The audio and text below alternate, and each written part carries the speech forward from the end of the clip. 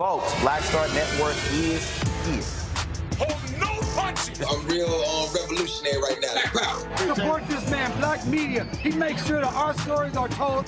Thank you for being the voice of Black America, Roland. Stay black. I love y'all. All momentum we have now, we have to keep this going. The video looks phenomenal. See, there's a difference between Black Star Network and Black-owned media and something like CNN. You can't be Black-owned media and be scared. It's time to be smart. Bring your eyeballs home. You dig?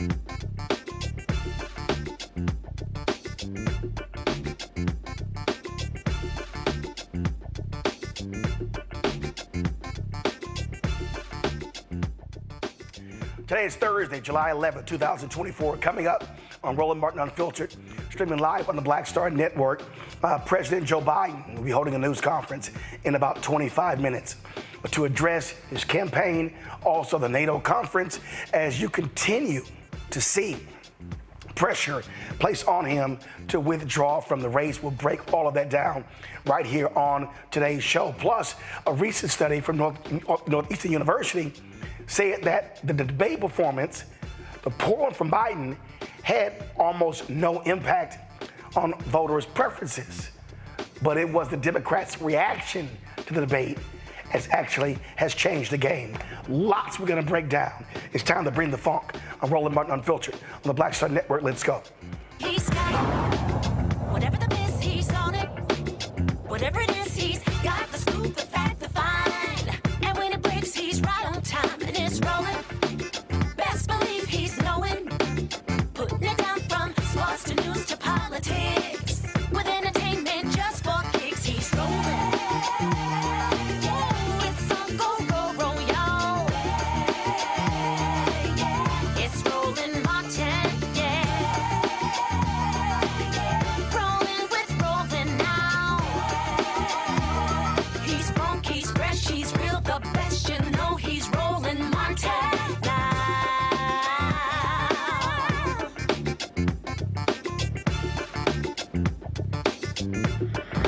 Martin.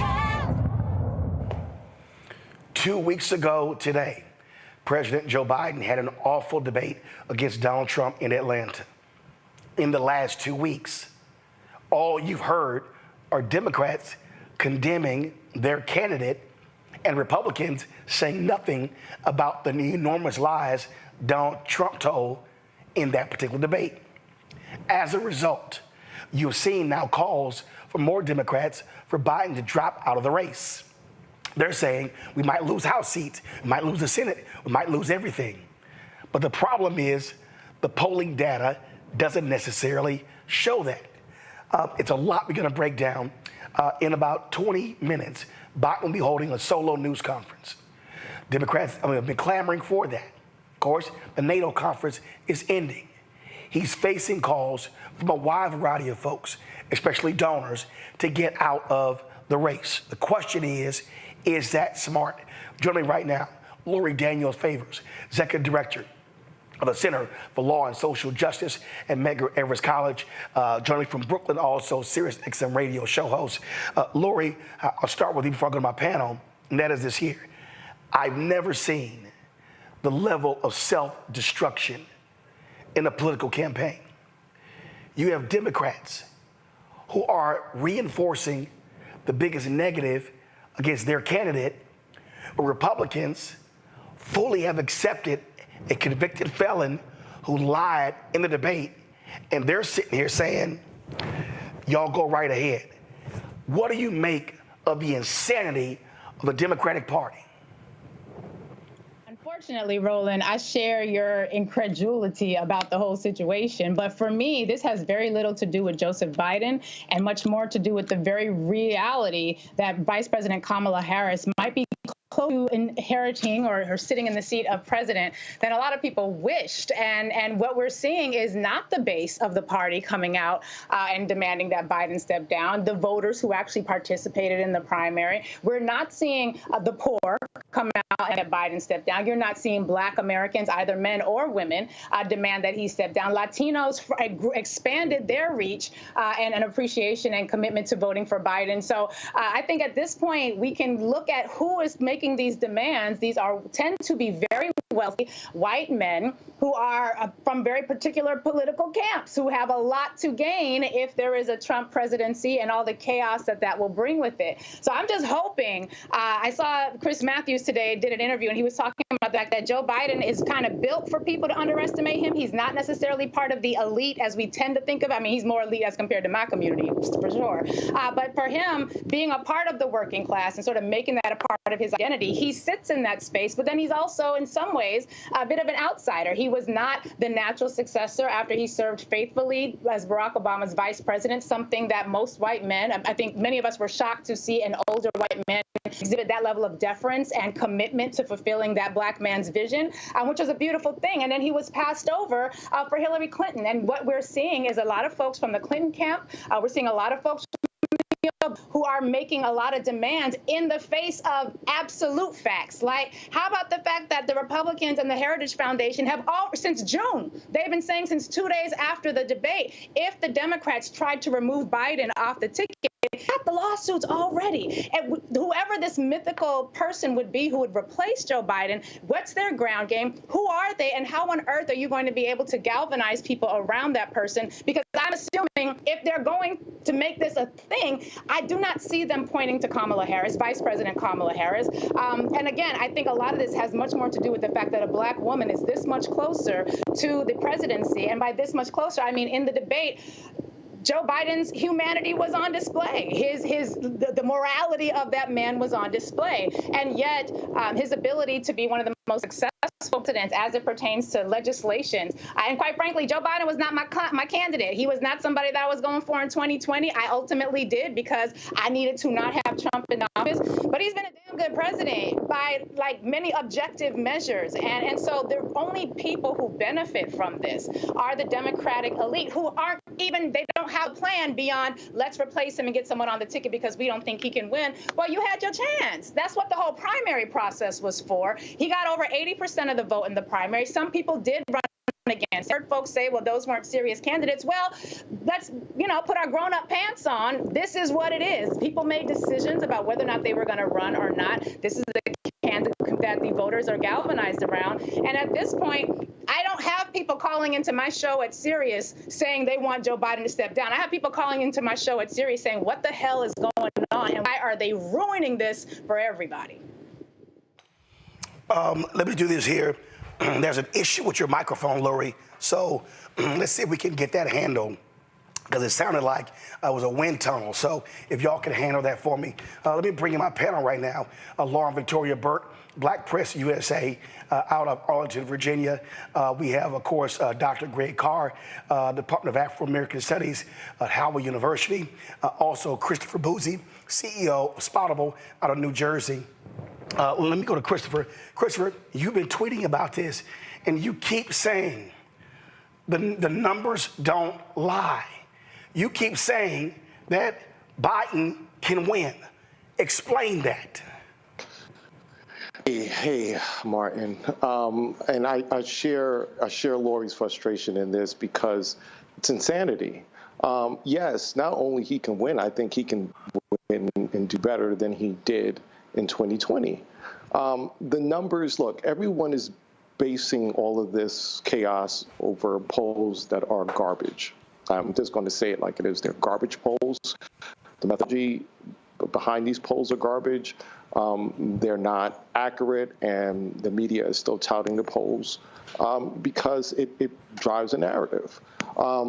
Okay, so let's break it down. First off, Biden, in terms of on the ground, is doing extremely well.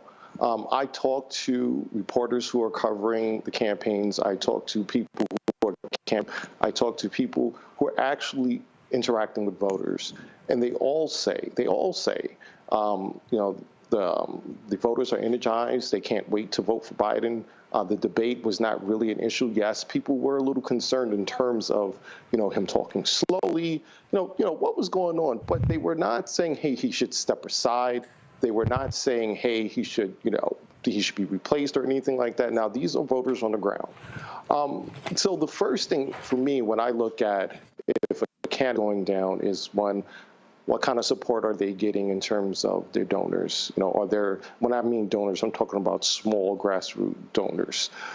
Two, when I'm looking at numbers, and I'm not talking about polls because I don't look at polls, I'm looking at social media. What are people saying on social media? Are people saying, once again, she should step aside, or, hey, I'm supporting him, I'm behind him? You got to parse through the bots, the trolls, the fake accounts, things like that, and get down to the actual people. And once again, the majority of folks are like, what is going on with the Democratic Party? We're supporting him. We don't want to see him replaced. So then the other thing is historical data. Replacing a candidate, for example, before we get into even how I know Biden can win, historical data, like with LBJ stepping aside, free run, that was a disaster, an absolute disaster when Democrats did that. And I have been tweeting, if Democrats do that again, whether they replace them with someone totally different or if they replace them with VP Harris, they will get slaughtered in November. And the reason being is because first you're giving up the incumbency, you give up the bully pulpit. That's the first thing. Secondly, you're going to end up going into a convention where it's going to cause a lot of chaos. Remember, there were millions of people who voted during the primaries. They want Biden. They like Biden. And there are a lot of people who also like VP Harris and who would love for VP Harris to be the nominee. The problem, though, with that is it's a little too cute and it's a little too late. If you replace Biden and put VP Harris in, there are going to be people who are going to feel like their vote didn't matter, that it is the quote-unquote elites picking whoever. So that's going to cause chaos going into the convention and out of convention. And if there's chaos, they're not going to win. You have to have unity. And then the other thing is, as your previous guest stated, if they replace VP Harris and put someone totally new in there, that's it. I mean, that's game over. You're talking about losses up and down the ballot because, once again, who's this person? Are they going to be able to galvanize folks in 4-ish months? Are they going to be able to get the base? I've heard people float Gavin Newsom. Gretchen Whitmore. It's not going to work. So in terms of November, before all of this happened, I have been keeping track of this stuff. And I've been saying for a long time, not only do I believe Biden can flip Florida, which people think I'm crazy with saying that, but also North Carolina.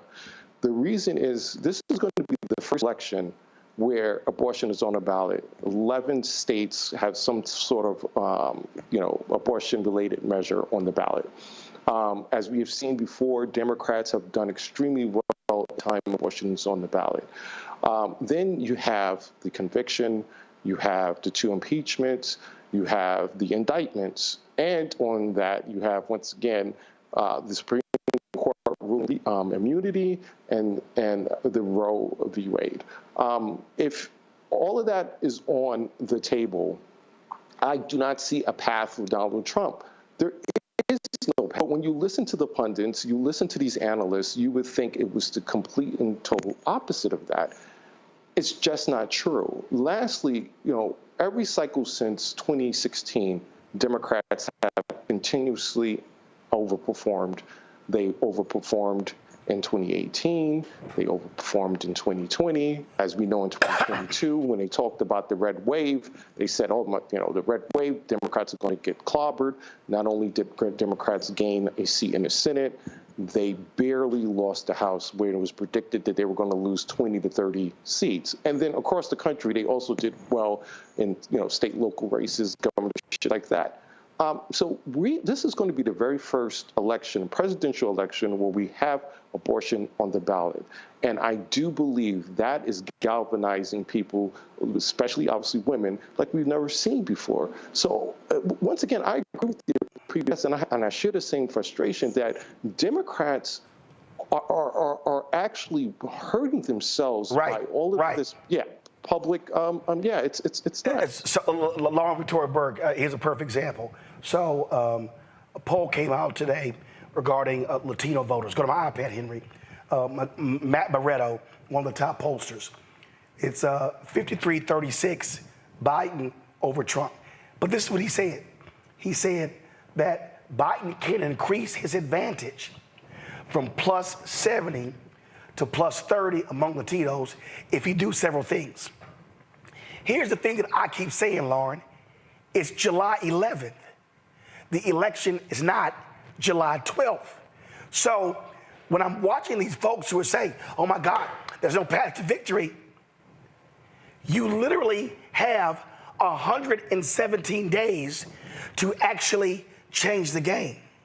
So I don't understand the logic of the donors and these analysts and podcasters and Axelrod and others when the Washington Post poll today shows it's tied. What the hell? It shows that it's tied. I think that what you're seeing is sort of a lack and a reluctance of certain quadrants within the Democratic Party to finally get off the stage. I think the Clinton crew is still sort of in there wanting to be something. 100 days is really not a long period of time, I think, in a political campaign. They have 39 days to the convention. And this is problematic to have prominent people in a political party effectively destroying their presumptive nominee for the presidency of the United States in public, by the way. Every night on CNN, and it's for some cases for some members of Congress showing up again and again and again on cable TV to say negative things about the presumptive nominee of your party. If you think that communication strategy, no matter how anybody might feel about anything, I can assure you that if they keep doing that, they're going to lose, not because of what happened on June 27, but in the last 14 days, but because of what happened in the last 14 days. I actually think most people out there, and in calling people and talking to members of Congress about their constituents, most people out there do not have the same ways that people do in the Beltway, or people who are standing in the White House briefing room or in the U.S. Capitol. There's a disconnect there. And when President Biden at the beginning of this week talked about elites, I think he hit the nail on the head, because there's a group in there who thinks differently from what. There's a group of elite people, frankly, who are in the media who think that everybody thinks like them. And as somebody from New York, I get it. The New York Times seems to think that the thing they say is important, but most normal people are not thinking that way. It's just simple as that. There is some, in Virginia, we have a guy named Larry Sabato who did reflect in the first few days that he thought that there was going to be some distance between Biden and Trump in the polling numbers that he says he saw fairly quickly. But it does take a few weeks to figure out whether or not something like June 27 really has some resonance. And I don't know that we have the answer to that, but I'll tell you what, it's hard. I think it's hard for me to believe that a Republican Party who can't get the popular vote in over 24 years is suddenly going to get the popular vote now in this year, running a lunatic and a pathological liar as their lead candidate versus somebody who is trusted but is going through a trial and tribulation right now. It is problematic. I think the Democratic Party is making a tragic mistake. And I think there's a lack of leadership there. I think if Speaker Pelosi was there, quite frankly, she would have told her caucus to shut up by now. They are doing damage to themselves. And you have to remember, just lastly, the only members of Congress care about is their own election. That's it. Once they sense that their election will be jeopardized by the person at the top of the ticket for whatever reason, they will bail, and that's what you're seeing. And of course, the vice president is not the vice president. It's going to be interesting to see how they navigate this if they push Biden out of there, which I frankly doubt it. I think he's dug in. But if they were to do that, if it's not Vice President Harris, they're going to see some, if they're seeing rancor now, they better get ready. Greg Carr, here's the thing that people need to understand. This is not about, oh my God, Dems love Joe Biden. If you look at the numbers, they thought he was old in 2020. Right. But what happened when they went and voted? And so what I'm looking at is, after all of this rancor, it's still 46-46. Trump has a ceiling. So what it means, Democrats, get off your asses, drive your base to the polls to win. But you don't sit here on July 11th and it's like, oh my God, I don't know what's going on. I mean, this poll came out. It is hysteria driven by one side, and they've spent 2 weeks attacking their own and not spending the same amount of time going after Donald Trump. Yeah, absolutely. It makes no sense unless you don't care. I echo everything that has been said so far. What Larry said about Vice President Harris, Christopher, what you said, Brother Boozy, as it relates to these polls flying in the face of conventional logic, and of course, Lauren, exactly what you said. This is about naked self-interest. This morning, Dominic, Mastrangello, reporting in The Hill, puts this on Obama, and I'm with him 100%, because George Clooney called Obama before he put that op-ed in the New York Times. They were at that fundraiser they had a couple of weeks ago. And according to the reporting, Obama didn't tell him not to do it, didn't tell him to do it, which sent the signal. Most of these people, like that swamp creature out of Louisiana, James Carville,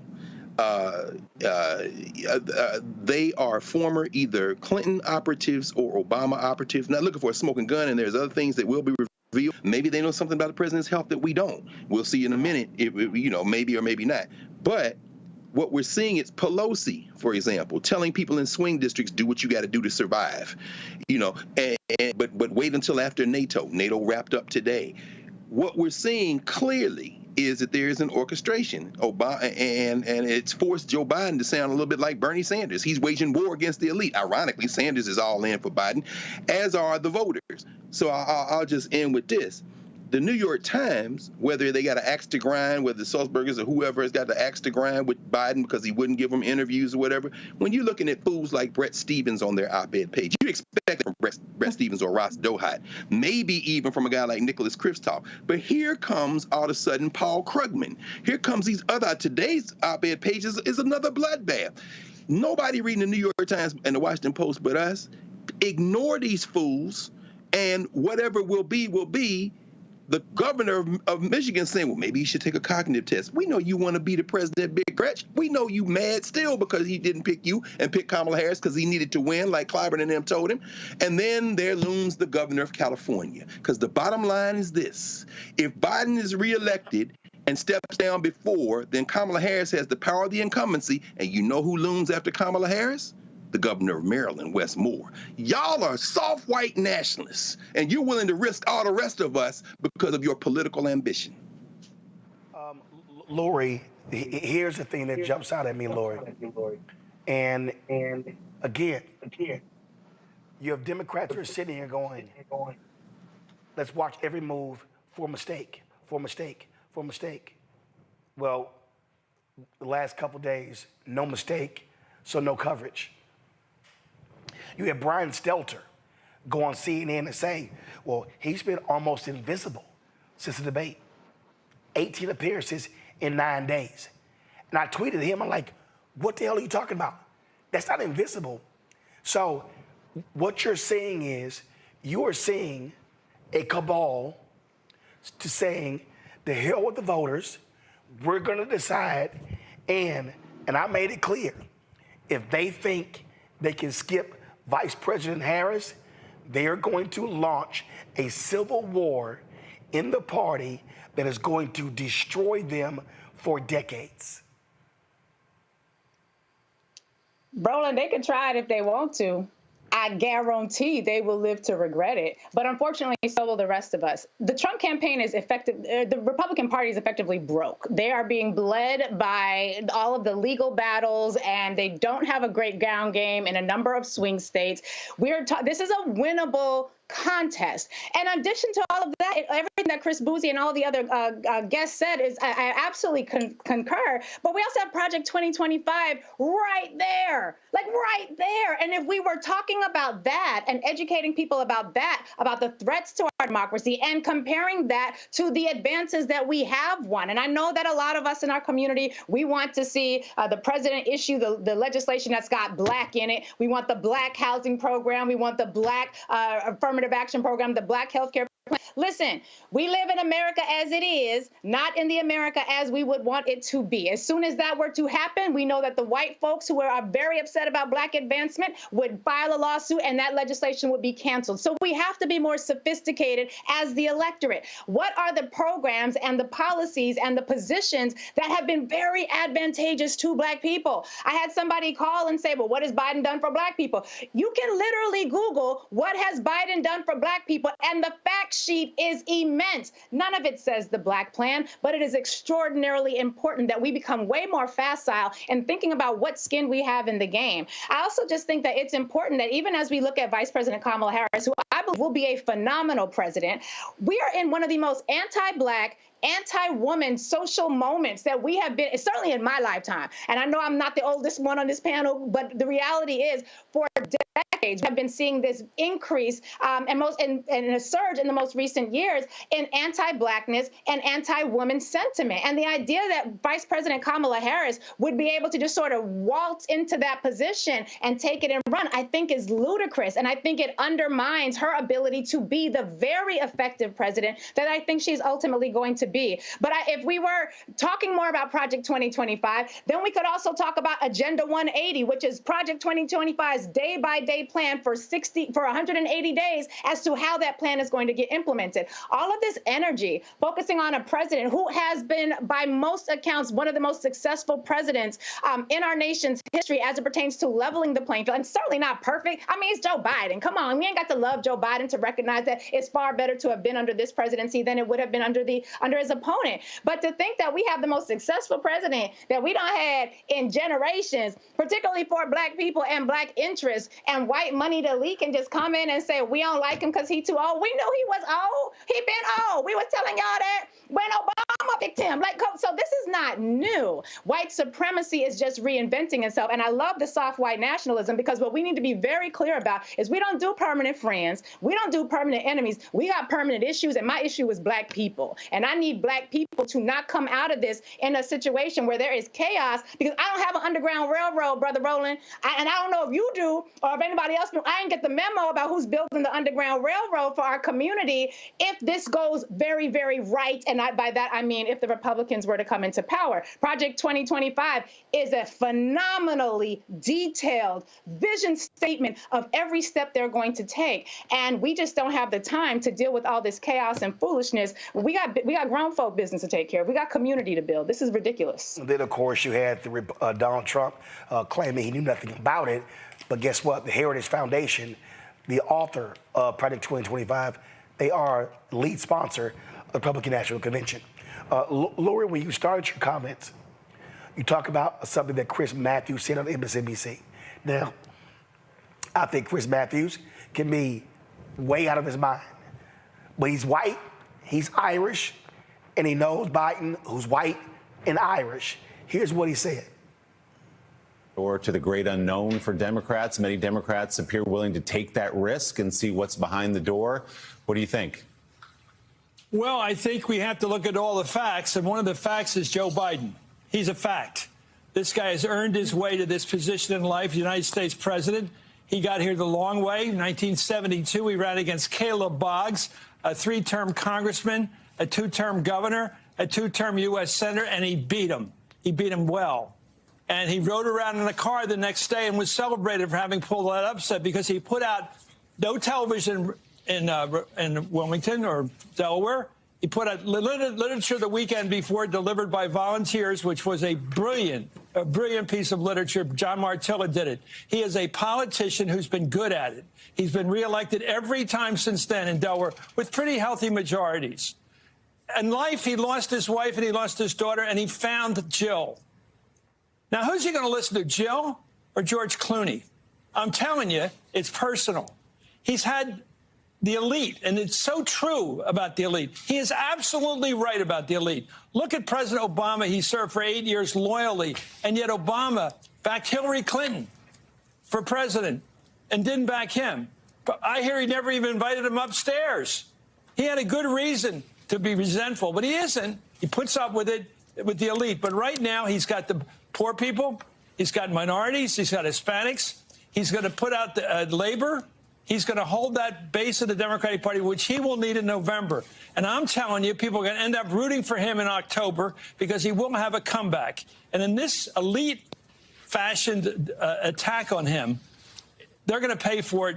But in the end, they're going to end up voting for him. So I think Biden will be the little guy. He'll be the Democrat in this race, the true Democrat. And he's going to get people to turn for him in October. It's going to be stunning. He is not quitting. He is not. So here's the thing. So for all the panelists, it's about 6:36. We're waiting for the president to come on. So I need you to keep your comments extremely tight so I can get to them. But Christopher, the point that you just heard right there, that is this here. Democratic voters are sitting here going, listen, I know this guy. You got amazing economic news, inflation down, gas prices down. I mean, we could go on and on and on. And again, Democrats are sacrificing the telling of a successful story, of a successful presidency, because they're freaking out because of a 90-minute debate. Christopher. Sorry, I couldn't hear the last part. I said, you've got Democrats freaking out, not talking about a successful presidency. You got great economic numbers, and they're spending all of their time saying, oh my God, he's too old, he's not gonna work. And you're risking a brokered convention. You're risking chaos for the next 6 weeks, and you're trying to create on the fly a national campaign if it's not Kamala Harris. Come on. Yeah, I mean, look, I think everyone on the panel pretty much is here, and I really don't have an answer to what the heck is going on. I'll keep going back to it's insanity. They're on the path to, I mean, I don't know if it's going to be a historic win, but definitely a win up and down the ballot. And I just don't understand why they're trying to push him out over a 90-minute debate. You cannot erase 3.5 years or plus years and just erase all of that for 90 minutes. He had a bad debate. Obama had a bad debate in 2012. He went on to win. Hillary Clinton had, 3 great debates? She won all of her debates, and she lost. And let's not forget, the vast majority of the polls had her winning, landslide. And as we know, she lost. So I firmly believe that Biden not only needs to stay in the race, Democrats need to stop what they're doing. They're doing more damage than anything else. And at the end of the day, I just don't know who they're going to replace him with. If they replace him with VP Harris, it's going to be problems. If they replace him with someone else outside of the ticket, it's going to be a problem. But I will say this. I agree that this is more about VP Harris than it is about Biden. Just really quickly, if he is reelected, which I do believe he will be, unless, God forbid, something happens to him, 2 years in, that means she would ascend to the presidency. She will have 2 years. She will have the incumbency. She will be not reelected. She will be elected. Right.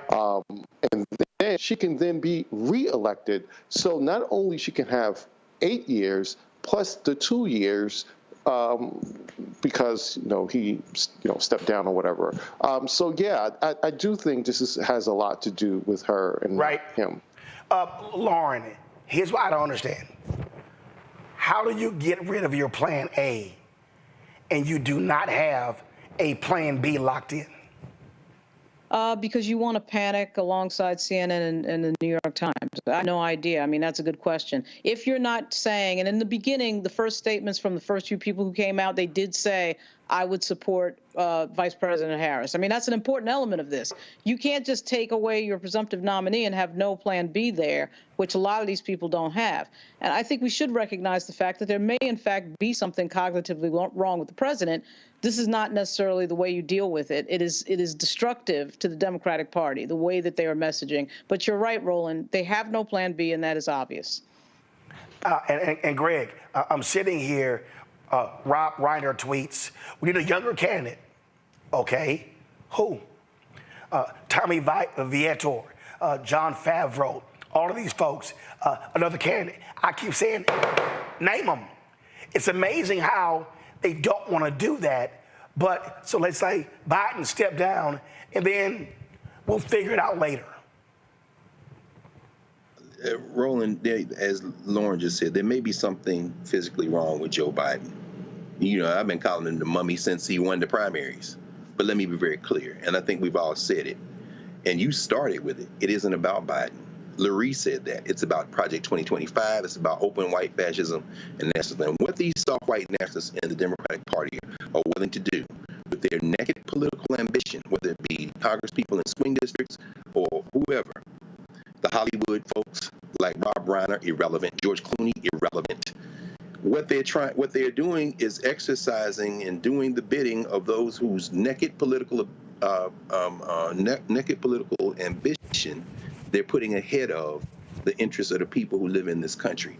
To me, it's really not that complicated. Malcolm X would say, you're speaking a language they don't understand. They don't care. 10 years from now, and let's follow what you just said, Chris. Let's say the vice president comes in, becomes the president, runs, is elected, runs, is reelected. 10 years from now, in 2034 in the United States of America, when a now 45-year-old, then 55-year-old, meaning 4 years younger than I am now, Wes Moore declares his candidacy, the electorate in this country looks very different. Gretchen Whitmer knows it's over for her, and so does the governor of California, who I suspect is in these rooms too. The point is this is whiteness. And it's not all whiteness. It's these tiny elites versus everybody else. And yeah, they'll be nice, nasty, and say, we support President Harris. If they do it, Lurie has already said it, the Republicans are going to file lawsuits to keep her off the ballot. If she does get on the ballot, you have now alienated the very people who can't afford for the Republicans to get in power, which means some of us will sit it out, unfortunately, putting the political gun to our heads and blowing our political brains out, because the day this man is inaugurated, Clarence Thomas and Sam Alito say we'll retire. Hopefully Sonia Sotomayor can make it another term or not, with God bless her. And then everybody who's a criminal gets pardoned, and then they set up the internment camps. We're not playing. So Reiner, Carville, all you people, talk all you want, baby. You are showing us who you are, and we're going to roll over you like we're going to roll over the white nationalists in the Democrat and the Republican Party. And the point right there, Lori, I think is important, and that is this here. These rich donors, let's be honest, George Clooney, he's got an estate in Italy. They don't have to worry about the downstream of Project 2025. Everybody else does. Lori? She's frozen. But that's the thing for me, y'all. What I'm seeing are individuals who are speaking their self-interest. And again, this is very simple. If you believe that Biden should step down, have the courage to say and replace him with who? But they won't. Because guess what? It's not Vice President Kamala Harris. They want a brokered debate.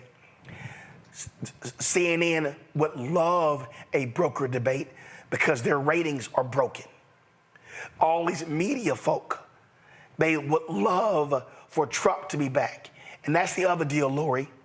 They would love the chaos.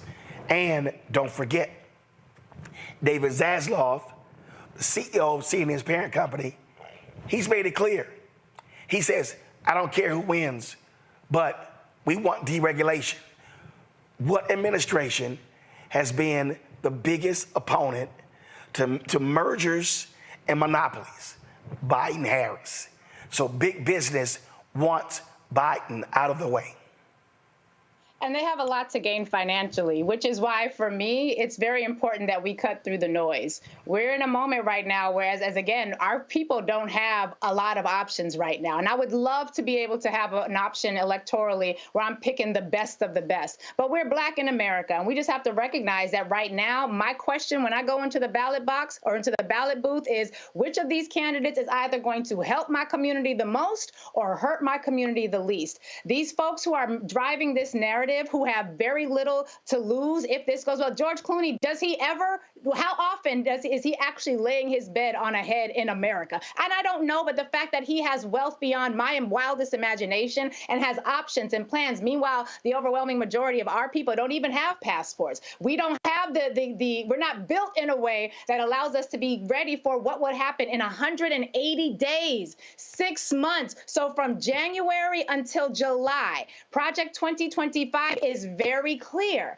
and they are really effective at implementing oppression because all they have to do is rinse and repeat what their ancestors have done. We are trying to create an America where we can thrive, where we can have some semblance of freedom that will allow us to organize so that we can create Black liberation. But right now, what's happening with this narrative is extraordinarily dangerous. It is dangerous for us. We don't have plan Bs. The Dems who are driving this narrative damn sure don't have a plan B, which is why I hope, as problematic as Chris Matthews may be, and he is highly problematic, I do hope, and I think that what he says is very valid. And I think that we are pissing off the base. You're getting more people who were on Biden who are like, no, what, are you serious? Now I'm advocating for Biden, when as before I was merely tolerating him. So they are having some unintended consequences. I hope that we, the voters, and we, the people who are doing the work on the ground to educate the voters, will be able to cut through the noise and make sure that we get our folks on code, because I don't have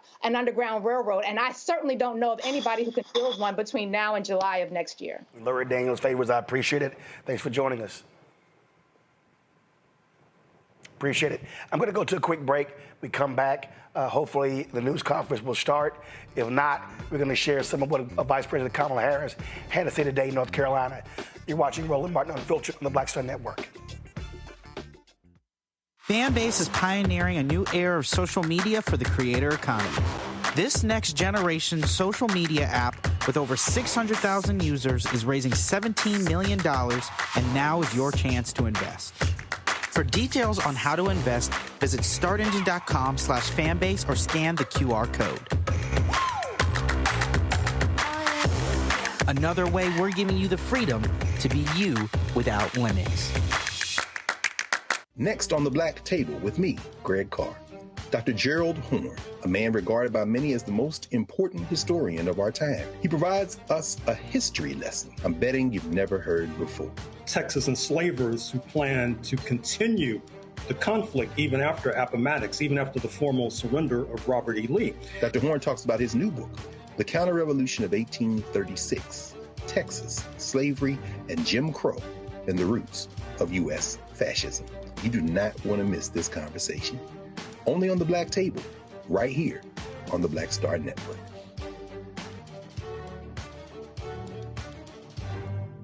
Hello, I'm Jamia Pugh. I am from Coatesville, Pennsylvania, just an hour right outside of Philadelphia. My name is Jasmine Pugh. I'm also from Coatesville, Pennsylvania. You are watching Roland Martin Unfiltered. Stay right here.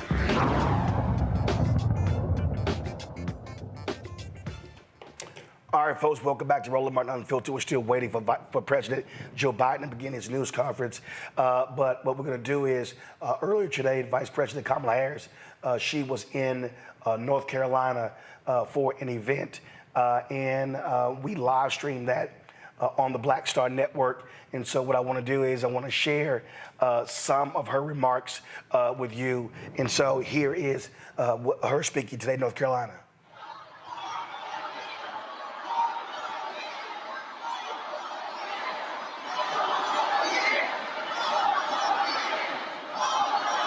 Four more years. That's what we're looking forward to.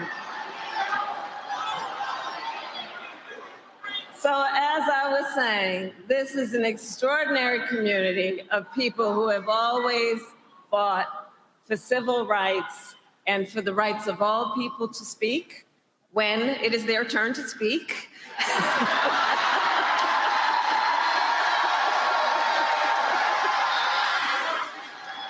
And of course, all voices are important, and I say that in true sincerity.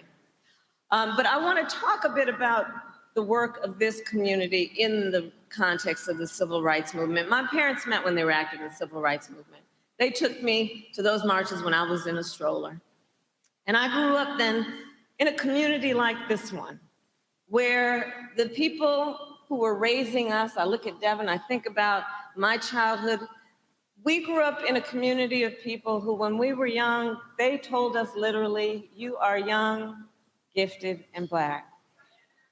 They taught us that we could do anything and should never be burdened by the limitations of other people to be able or not be able to see what can be.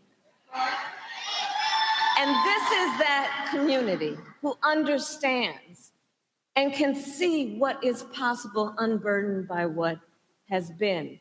We collectively, I know, were raised and taught to understand we have a duty to serve in the fight for freedom, opportunity, and justice for all. And it is that sense of duty, not if you feel like it, duty, which guides us at this very moment. We are today 117 days out from the election. And I know many of us have been involved in these elections every 4 years, and nearly every time we say, this is the one. This here is the one. This is the one. The most existential, consequential, and important election of our lifetime. Now, we always knew this election would be tough, and the past few days have been a reminder that running for president of the United States is never easy, nor should it be. But one thing we know about our president, Joe Biden, is that he is a fighter. He is a fighter. And he is the first to say, when you get knocked down, you get back up. You get back up. So we will continue to fight. And we will continue to organize, and in November, we will win. We will win, because we know what's at stake. And in this election, there can be no doubt who you can count on to fight for you when it counts. It's simple. President Biden and I fight for the American people. Donald Trump does not. He fights for himself. Roy talked about it. Look at the issue of affordable health care. When Donald Trump was in the White House, he tried more than 60 times to end the Affordable Care Act, to take health care back from millions of Americans, including 3 million Black Americans, to once again give insurance companies the power to deny coverage to people with pre-existing conditions. You remember that? Remember what that was like? When people were being denied health care because of a pre-existing condition? Children with asthma? Women who had survived breast cancer? Grandparents with diabetes? Let's not forget what not too long ago that kind of perspective means and meant to real people, our relatives, our friends.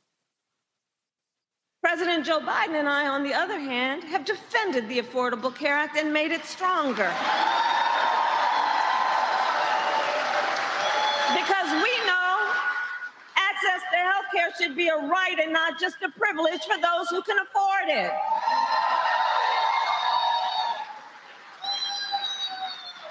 With your support, we also have the strength to finally take on Big Pharma and lower the cost of prescription drugs. It was with the knowledge that Black people are 60% more likely to have diabetes, Latinos 70% more likely to have diabetes, that we capped the cost of insulin for our seniors at $35 a month.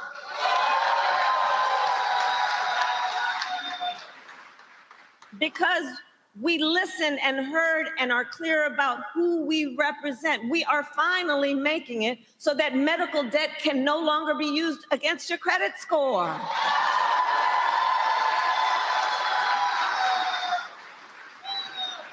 There's the issue of student loan debt.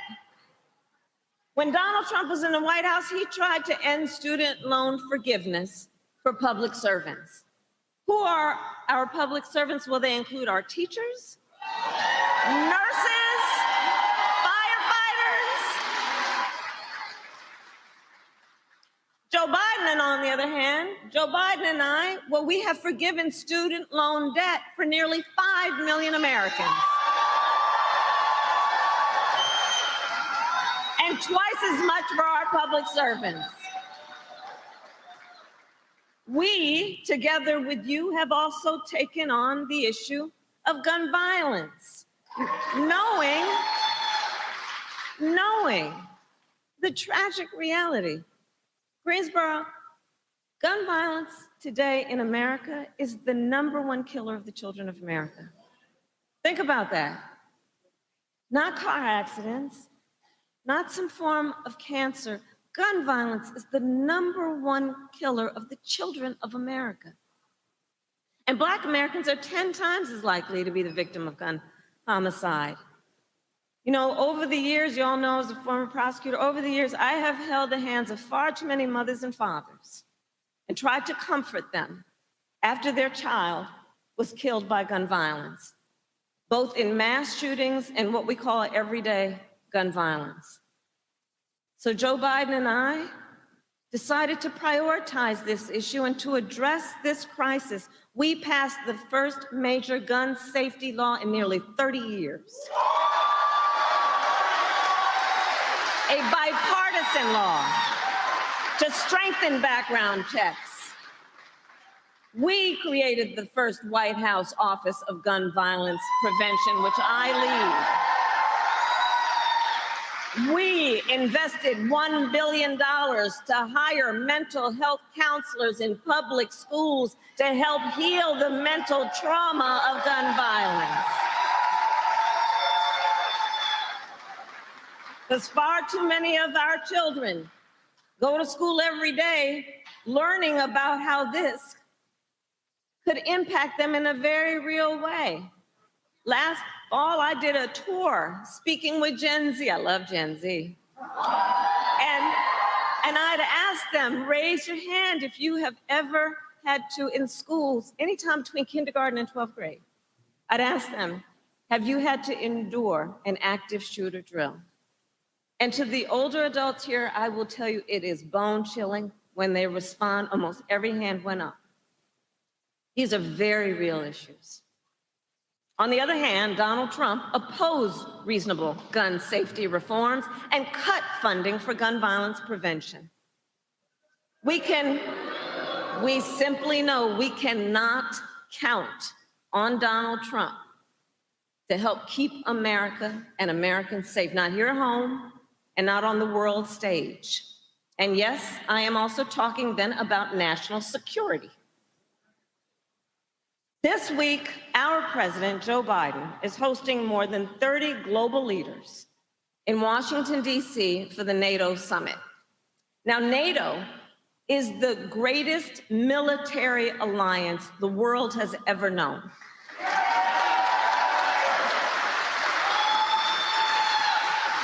And thanks to our president, Joe Biden, thanks to Joe Biden, if there is one single person who deserves credit in the world for strengthening NATO, making it stronger, making it more united and more effective, that is Joe Biden.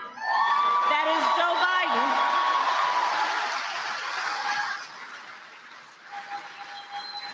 And having made it more effective, then together with our allies around the globe, we are standing up to the dictator Putin. All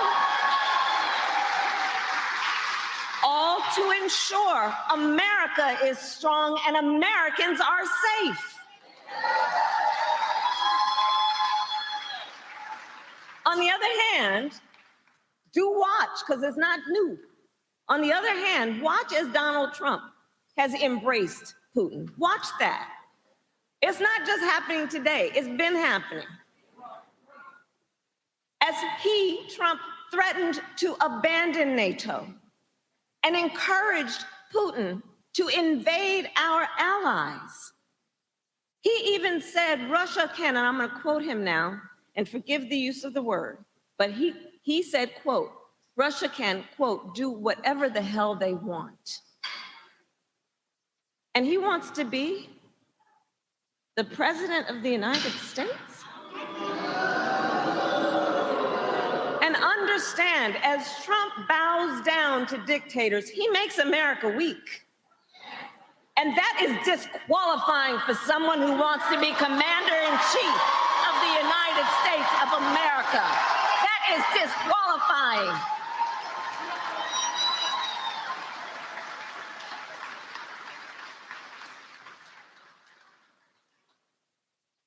So all of this to say, there is so much at stake in this moment. And last week, we were again reminded of that fact when the Supreme Court basically told this individual who had been convicted of fraud that going forward, he will be immune for activity we know he is prepared to engage in if he gets back into the White House. This is not 2016, this is not 2020. Understand the significance of what the Supreme Court just did.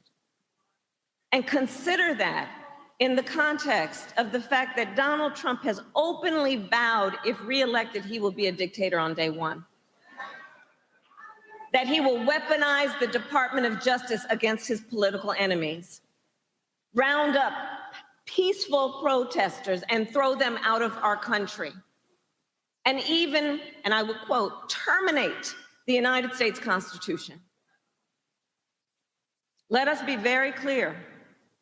Someone who suggests we should, quote, terminate our Constitution should never again have the chance to stand behind a microphone and never again have the chance to stand behind the seal of the President of the United States of America.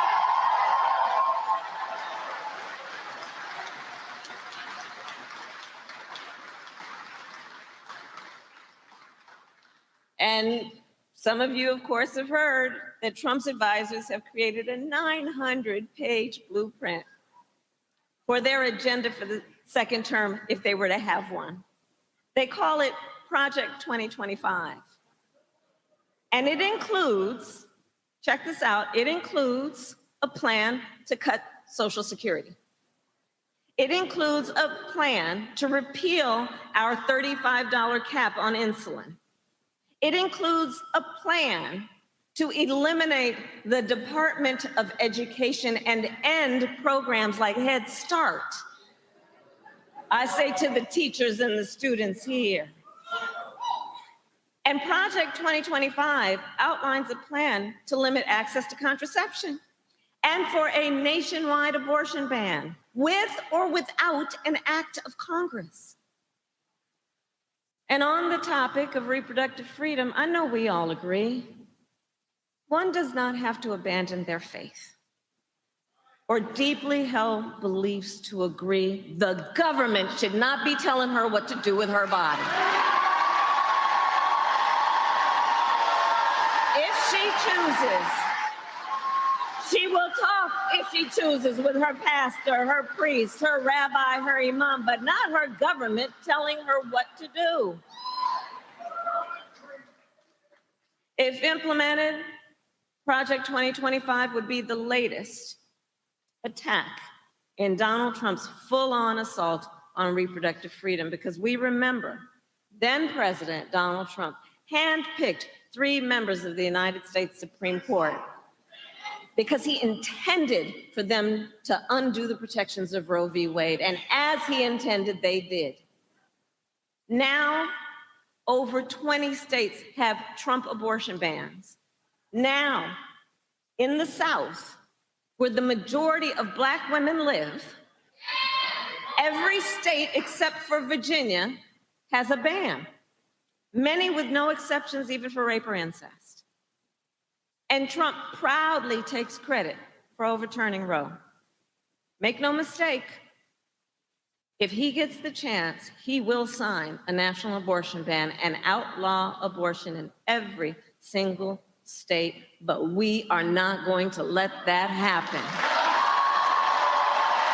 We are not going to let that happen because we have worked too hard and fought too long to see our daughters grow up in a world with fewer rights than our mothers.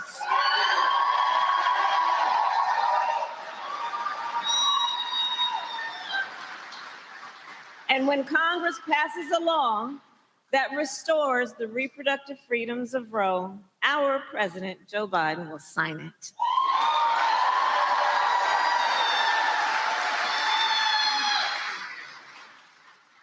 So ultimately, in this election, we each face a question. What kind of country do we want to live in? That's the question being posed to each one of us.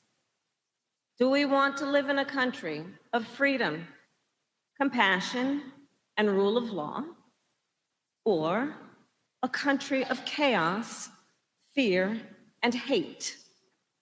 We each, and here's the beauty in this, we each have the power to answer that question.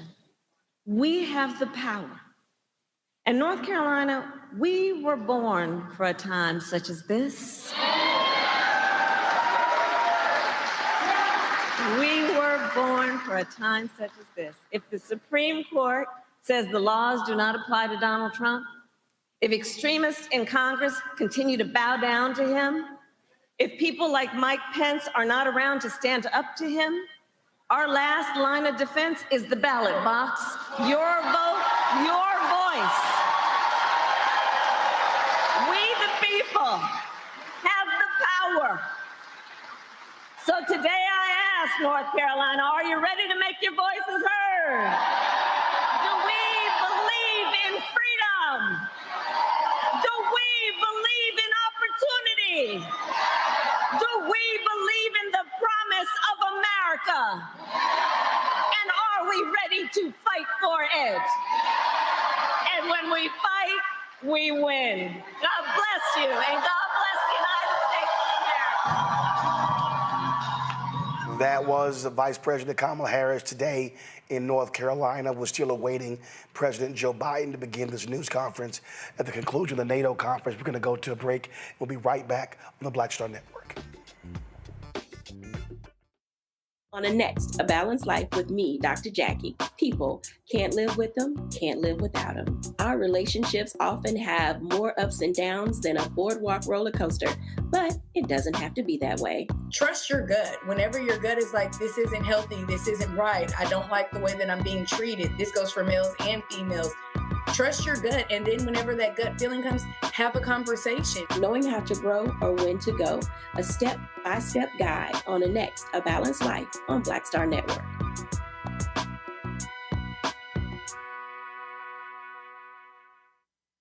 On the next Get Wealthy, financial therapy, what it is and why it may be exactly what you need.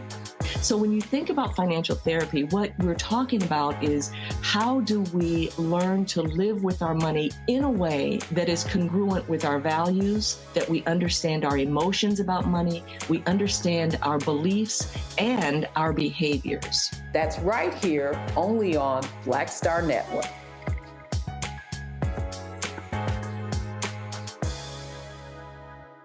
Coming soon to the Black Star Network. I still have my NFL contract in my house, having a case.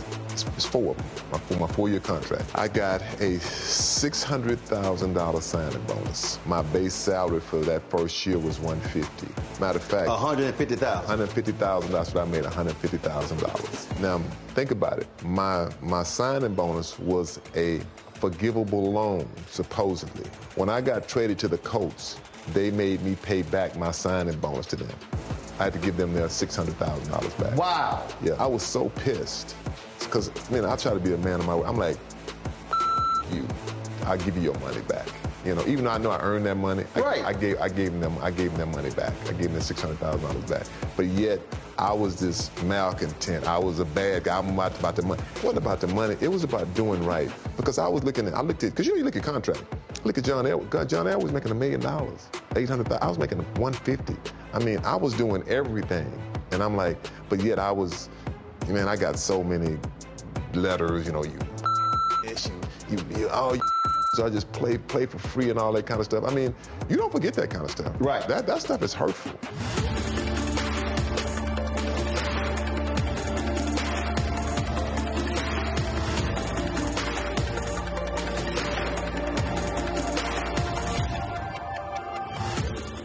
What's up, everybody? It's your girl, Latasha from the A. And you're watching Roland Martin Unfiltered. All right, folks, welcome back. Still waiting for President Joe Biden to begin this news conference.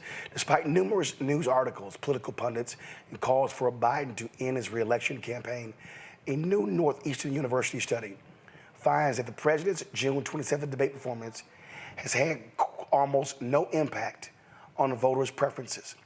94% of those surveyed who had said before the debate that they were Biden supporters said they will continue to support the president. But just 86% of those who indicated support for Trump before the debate said they would continue to do so. Now, if you listen to that and then listen to all the rhetoric afterwards, you go, what the hell is going on? L. Joy Williams, of course, a longtime activist, strategist, also a Sirius XM radio show host, joins us right now. And L. Joy, just what do you make of the insanity that you're seeing among Democrats trying to get Joe Biden out of the race? No plan B, nothing about Vice President Kamala Harris, and they are creating dissension in July when the election is less than 120 days away. It's absolutely reprehensible to watch this unfold, because this is an issue of media making, right? Is that it's something for pundits and, cable news talking heads to continue the conversation on, instead of paying attention to the political landscape and what is happening around us, who is on the opposite side. And instead of focusing on that, they need something else to drum up viewership, right? Because if we could keep a speculation that there may be some drama at the convention, then that means more people will be tuned in and will watch our channels to see if there's drama at the convention. Our ad sales and all of that stuff will go up. That literally is what I believe this is all about, because it's not as if there's some huge mass of voters or of Democrats calling for Biden to step aside. Out of the 200 or something, the 300, both from the House, the Senate, and other leadership, I think with the last count was like 9 or 10. Right? And some of who are not even in a position on a federal level to make that decision. And so at this point, I believe that Biden is doing the right thing, which is I ran for the American people, and I'm going to continue to hear from and speak to the American people. And as you pointed out, none of this is swaying people from supporting him. And, the question I really have, besides they have no plan B and skipping over the vice president, is if we were actually in the streets doing the work that we need to be doing in order to win, then I would have maybe a little bit more sympathetic ear to people who are bringing up this concern. But we're not. Those donors that have the concern, how much are you investing in supporting the organizations that need that money now so that they can continue to be on the doors and on the phones and engaging people? That is the work that we need to do to win. And all of this conversation and talk and releasing statements and letters and everything, having serious concerns, take your serious concerns and get out in the street and actually do some work. Christopher Boozy, Eljoy made a point there about infrastructure. Let's be clear. Right now, Biden-Harris has about 1,000 staffers, 100 field offices. If Joe Biden drops out and you don't pick Vice President Kamala Harris, you can't transfer those assets to other candidates.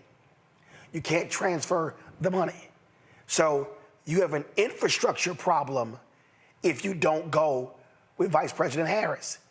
I don't understand how these people don't realize that. Once again, it's insanity. Legally, you can't transfer the money because that money is for the Biden-Harris ticket. So legally, they can't.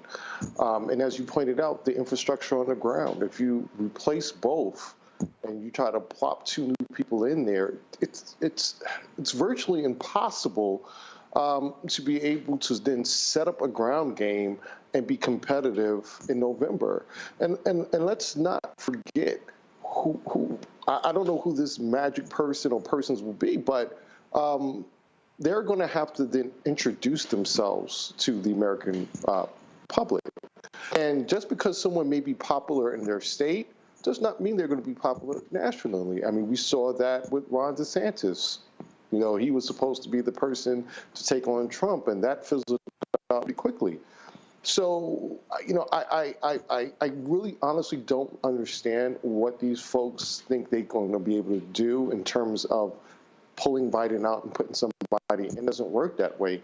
And one other thing, Roland, that's that's been driving me also crazy about this whole thing. Let's pretend we could do this, right? Let's pretend that we could take whoever and put them and replace Biden and Harris. How are they going to get that person or that ticket on every ballot? It's not going to happen. It's basically too late. And we talked about that a bit earlier, but there will be legal changes, and more than likely that candidate will not be on every ballot. Eljoy, here's something else that I'm just sitting here like. I saw this story the other day. Here we go to my iPad. You got New York Democrats, your state. Oh my God, we might lose New York. What the hell? These blue states, are you trying to tell me that all of a sudden Donald Trump is going to win Minnesota? He's going to win New York State. He's going to win Illinois. And if he does, it is because of a failure of leadership and work. The reason why we lost a congressional seat is a lack in the failure of the governor at that time to really invest in redistricting efforts. In order to do that resulted into us not counting enough people in order to keep our seats. Then fast forward, when we do get to the midterm election, it was the lack of investment in a coordinated strategy to protect and expand the congressional districts to make sure we retained what we had. So again, it is not because of one individual man at the top of the ticket. It is because of the lack of work. And that's what is really bothering me so much about this, as they are asking one man to step aside as if he is the only one that has to do the work in order to win in November. And that's not the case. If you're talking about winning to protect democracy, that is not an effort for one man. That is an effort for all of us to come together and do our respective part. And so Biden is doing his part, right, in carrying the banner. Harris is doing her part in carrying the banner for the party. And we need everybody else to do their part. And if you're a donor, invest now in the resources that people need in order to continue the work. If you're a talking head, you need to invest in talking up what we are voting for, not just what we are voting against. If you're an individual activist, you need to make sure that you are working within your sphere of influence to make sure that people understand the misinformation and the disinformation that's being sowed, that people understand what's at stake, and to understand what we will be able to do with a second term of a Biden-Harris administration. There's still voting rights on the line. There's still issues related to gun violence on the line. We are going to be able to do much more if we have a president like Biden and also Vice President Harris in the White House. We are able to do more when we are in control of Congress. And that is what people should be focused on, not one 90-minute debate.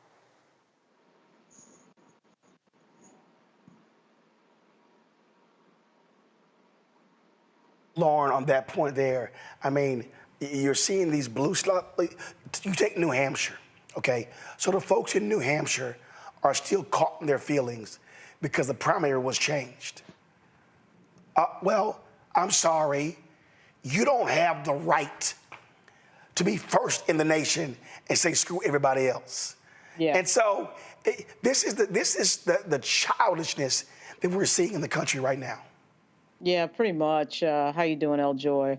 I'm from New York. I was born in the Bronx. There's no way that the Republicans are going to win New York. That's not going to happen. It just shows you the mania that El Joy already pointed out in the media on this topic. There's just a lot of strange things going on. I think certainly the media is in a failed business model, as you had mentioned before, Roland. They want Donald Trump in there to make money. I don't care what anyone's. I'll never be able to prove it, but everything that they do is to get him into office, to drive excitement, to drive traffic to these websites, and to drive attention. And I cannot believe that it's just an amazing coincidence that they just happen to be doing everything under the sun, and particularly the New York Times and CNN, to drive excitement and controversy, and it just happens to all go in the direction of their bottom line in terms of web traffic.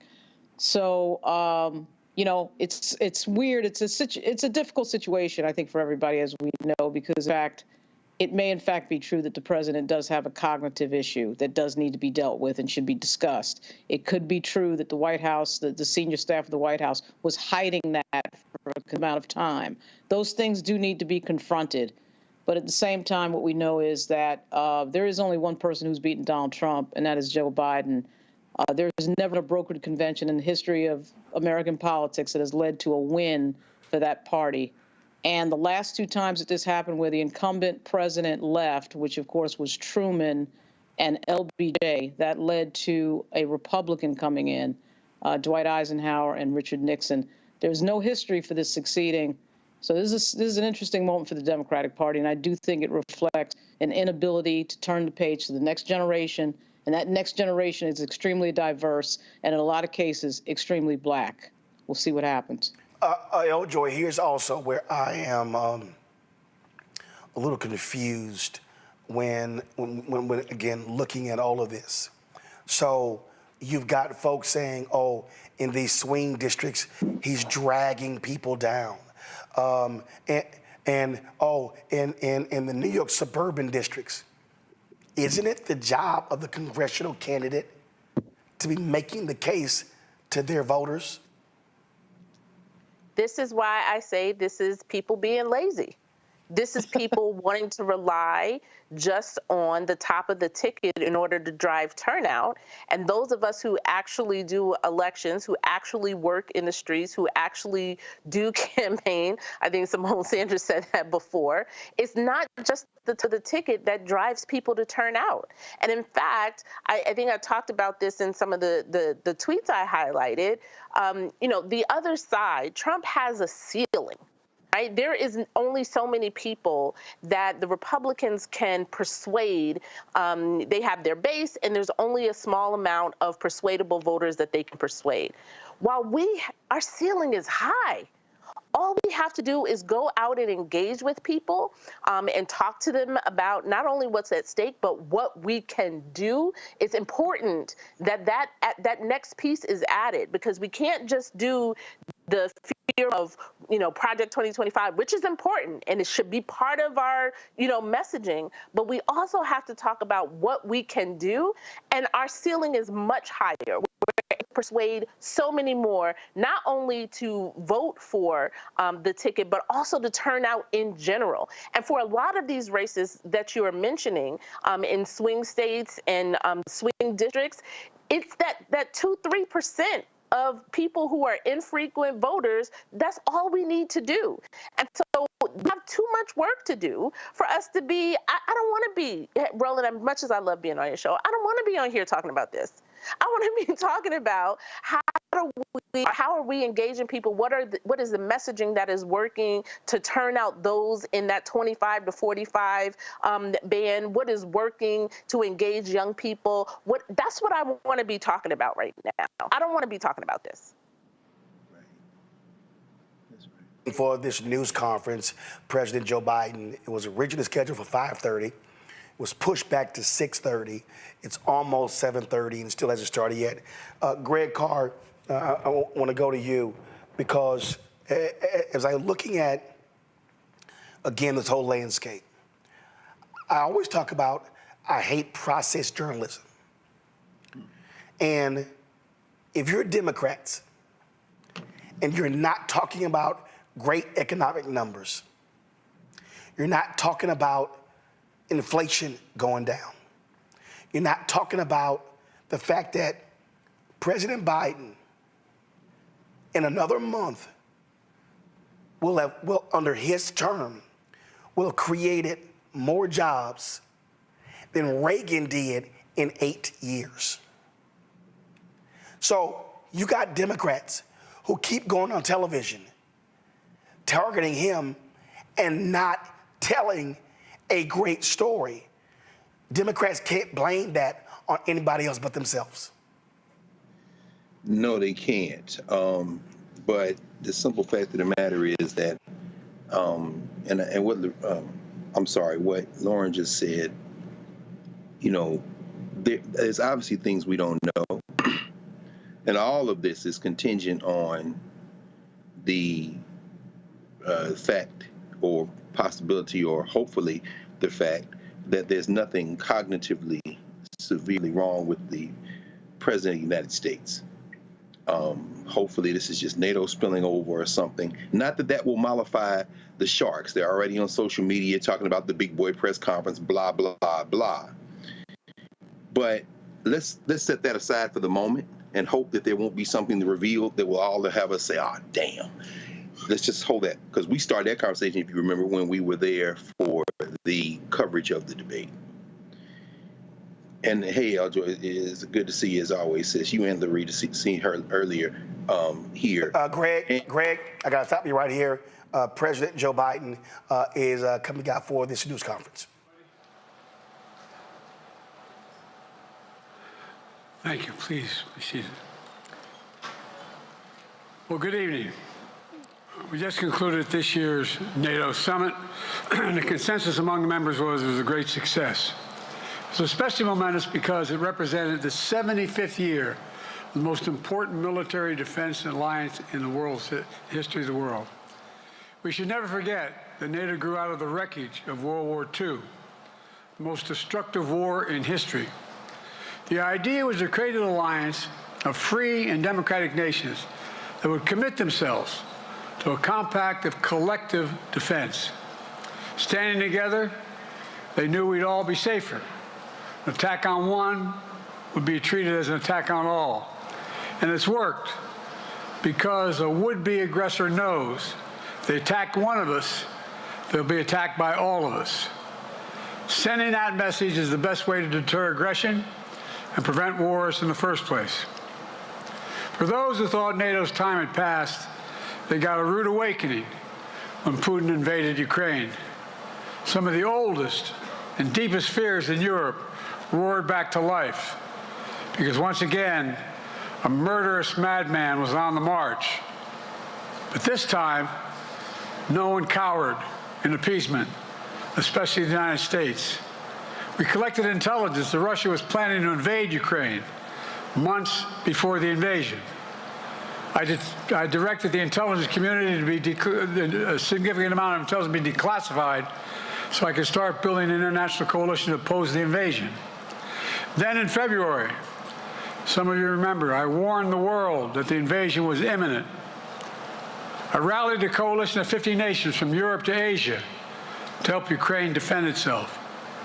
Many foreign policy experts thought, as Putin amassed Russian forces just 100 miles north of Kyiv, the capital of Ukraine, but Putin thought it was the mother home of Russia. The capital would fall in less than a week. But the Ukrainian people, backed by a coalition to help build, stopped them. Today, Kyiv still stands, and NATO stands stronger than it has ever been. During the week of this summit, several heads of states made it a point in their statements to thank the United States and to thank me personally for all that NATO has achieved. NATO is not only stronger, NATO is bigger because we led the charge to bring in Finland and Sweden into the alliance, and it makes a gigantic difference. Excuse me. Meanwhile, my predecessor has made it clear he has no commitment to NATO. He's made it clear that he would feel no obligation to honor Article 5. He's already told Putin, and I quote, "Do whatever the hell you want."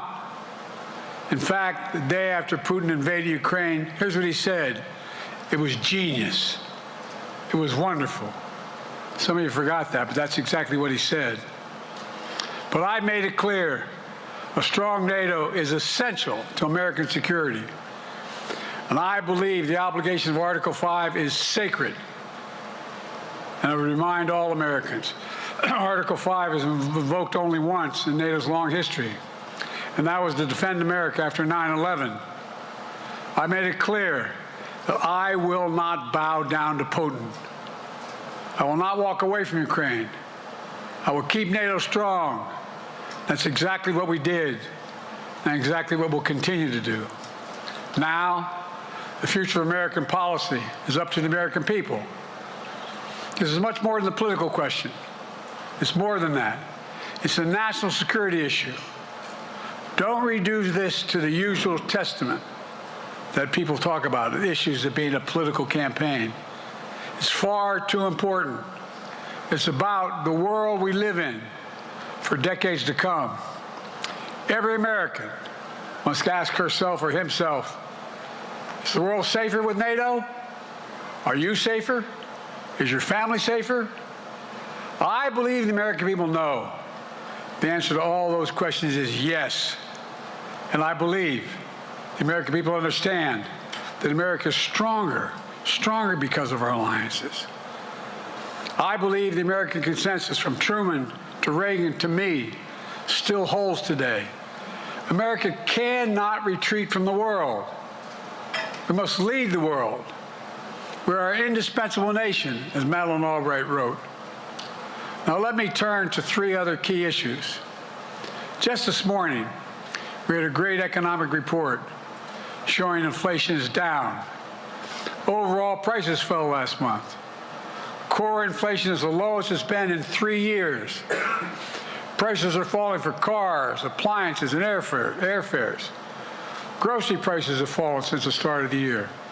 We're going to keep working to take down corporate greed to bring those prices down further. Meanwhile, Trump's calling for a 10% tariff on everything Americans buy. including food from overseas, vegetables, and other necessities. And economists tell us that that would cost the average American working family another $2,500 a year. It's a tax of $2,500 a year. Second, our efforts to secure the border, southern border, is working. After Trump killed the bipartisan effort to secure the border, Republicans and Democrats had worked on, because he thought it would benefit me and make him a loser, Republicans walked away. So I took executive action last month. As a consequence, working with Mexico, border encounters have gone down over 50%. The current level is lower today than when Trump left office. Third, for months, the United States has been working to secure a ceasefire in Gaza, to bring the hostages home, to create a path for peace and stability in the Middle East. 6 weeks ago, I laid out a detailed plan in writing. It was endorsed by the UN Security Council, the G7. That framework is now agreed on by both Israel and Hamas. So I sent my team to the region to hammer out the details. These are difficult, complex issues. There's still gaps to close, but we're making progress. The trend is positive, and I'm determined to get this deal done and bring an end to this war, which should end now. Let me conclude where I began. We're the United States of America. We are the indispensable nation. Our leadership matters. Our partnerships matter. This moment matters. We must rise to meet it. With that, I'll take your questions. I've been given a list of people to call on here. Reuters, Jeff Mason.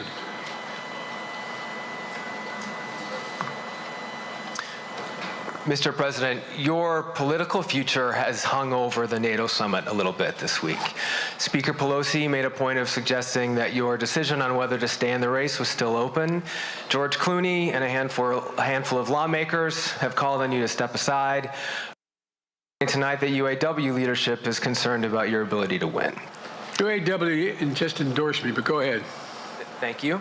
My question: incorporating these developments into your decision to stay, and separately, what concerns do you have about Harris's ability to beat Donald Trump if she were at the top of the ticket?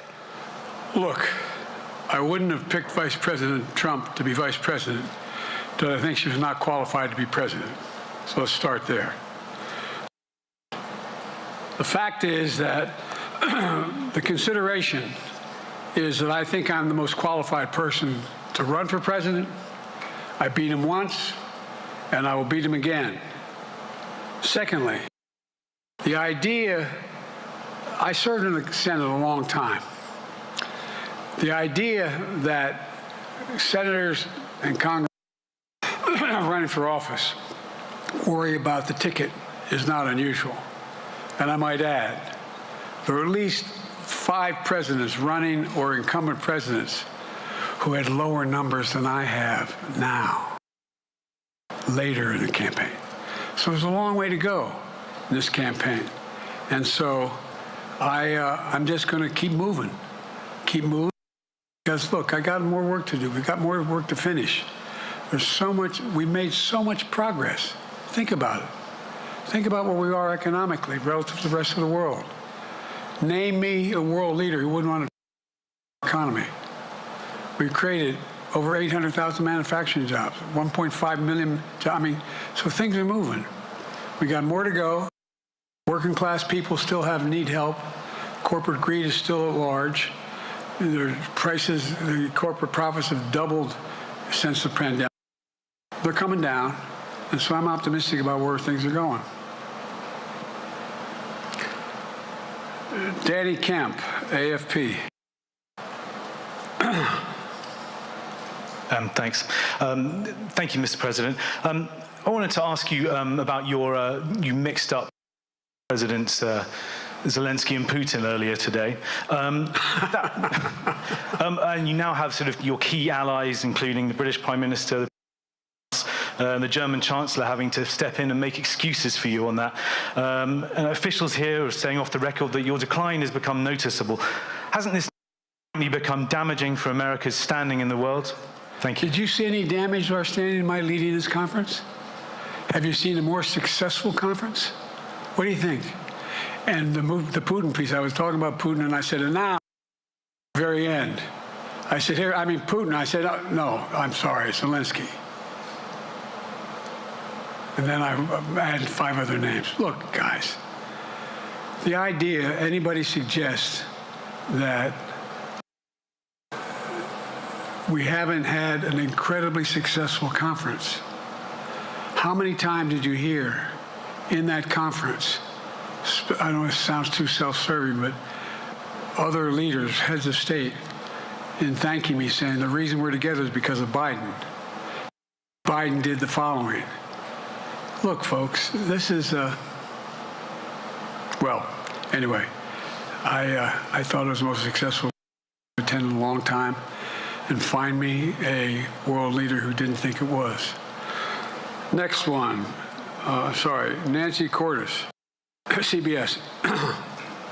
Thank you, Mr. President. You mentioned other instances in history where presidents have faced a challenge, but what makes this moment in history so unique is that it is not your enemies who are calling on you to reconsider your decision to stay in the race. It's your friends, supporters, people who think a great job over the past 4 years. Have you spent time thinking about what it would mean for your legacy, which you've worked decades to build, if you stay in the race, despite the concerns that voters say they have, lose to someone who you yourself have argued is unfit to return to the Oval Office? Well, look, I'm not in this for my legacy. I'm in this to complete the job I started. As you recall, understandably, many of you and many economists thought my initial initiatives that I put forward, can't do that, it's going to cause inflation, things are going to skyrocket, the debt's going to go up. What are you hearing now from mainstream economists? 16 economic Nobel laureates said I've done a hell of a job. That under my plans so far and what's going to happen in the future if I'm reelected, going to get much better. Our economy is growing. I was determined when I got elected to stop the trickle-down economic theory, that if the wealthy did very well, everybody else would do well. My dad was a well-read. I don't remember much trickling down on his kitchen table. Middle-class people and working-class people need help.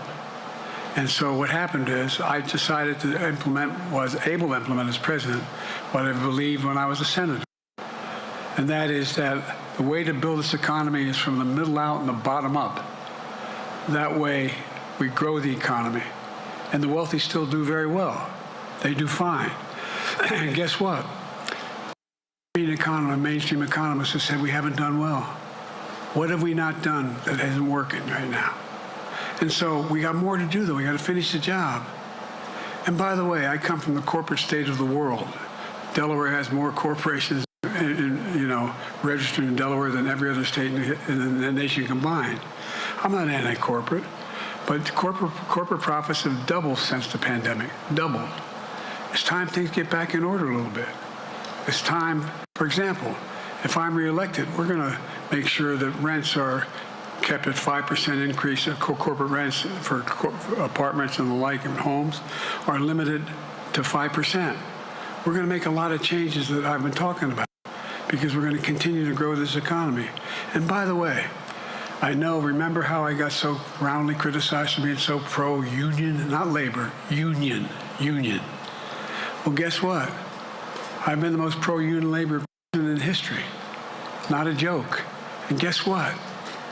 We had the Treasury Department do a study. When unions do better, everybody does better. Everybody does better. And we talk about how, for example, remember when we talked about getting the computer chip industry back in the United States? Used to be 40% of the industry. We invented the chip. 40% of the industry was in the United States. And former presidents decided that the best way to do it is find the cheapest labor in the world, send the product over there and import what the product was. And so what did I do? I was told not to go over to Europe, to Asia, including Europe, but Asia. And I remember going to South Korea, convincing them to invest $20 billion in the United States to build computer chip factories. And I asked why when they finally decided to do it. And the answer was because you have the safest economy in the world and you have the best workers in the world. So the whole idea here is we've invested, there's over $50 billion in investment in computer chip manufacturing just coming into being. None of you thought that would happen. None of you thought that would happen. But it's happening. It's happening. It's going to grow economies. All through, and by the way, red states and blue states. Matter of fact, there's as much in red states as blue states. I've made no distinction. So my generic point is that the idea that we can't continue to build and grow the economy, make it fairer. And like I said, from my standpoint, when the middle class does well, that's when the whole economy grows. The poor have a shot, the wealthy do well, but the wealthy got to start paying their taxes. As a follow-up, sir, you mentioned that your Vice President Kamala Harris would be ready to serve attributes and her accomplishments over the last 4 years that make her ready to serve on day one if necessary.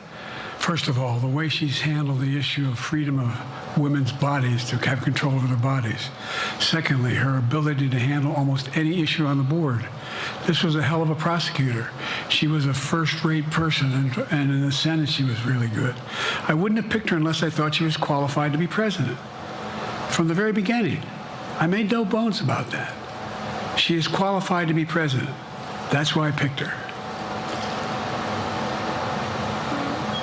Felicia Schwartz, Financial Times. Thank you, Mr. President. Presidency is the most straining job in the world, and it's 24/7. How can you say you'll be up for that next year, in 2 years, in 4 years, given the limits you've acknowledged that you have today? The limits I've acknowledged I have? There's been reporting that you've acknowledged that you need to go to bed earlier and your evening around 8. That's not true. Look, what I said was, instead of my every day starting at 7 and going to bed at midnight, it'd be smarter for me to pace myself a little more. And I said, for example, the 8, 7, 6 stuff, instead of starting the fundraiser at 9 o'clock, start at 8 o'clock.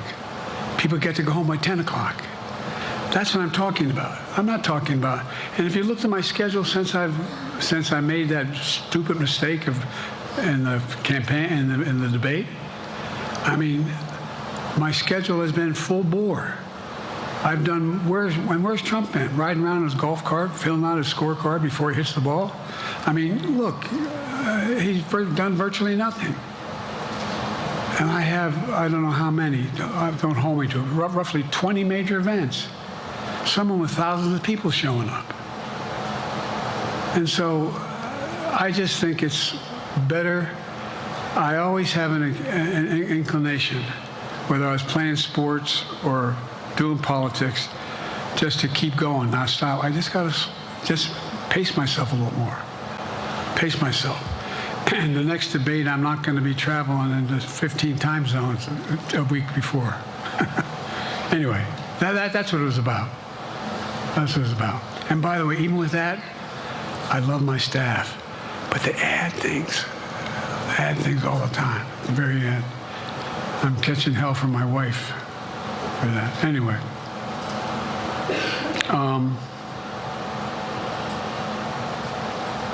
I'm sorry, Zeke Miller, Associated Press. Thank you, Mr. President.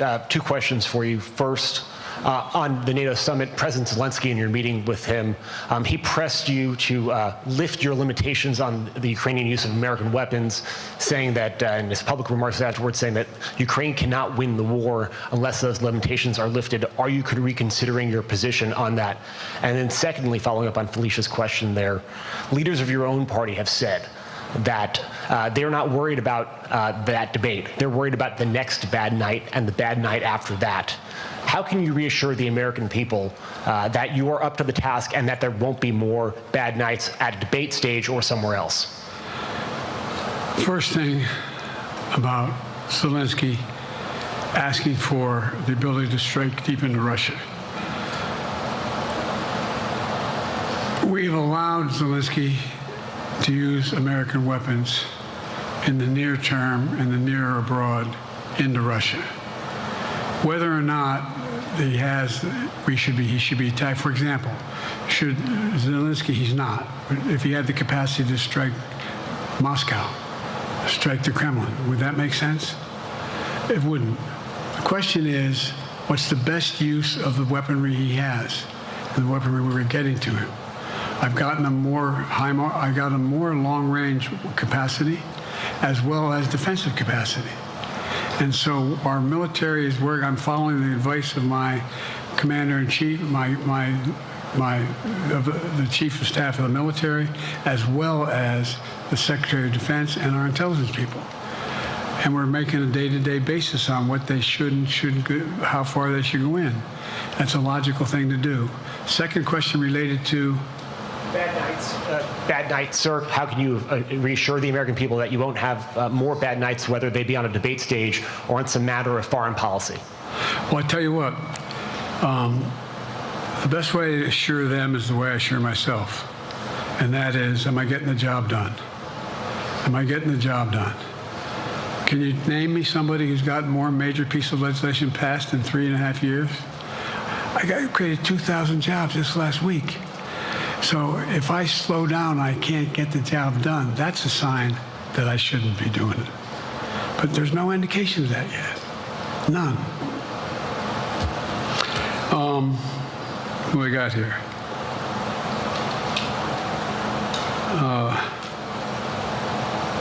Merrick, Pulaski Radio.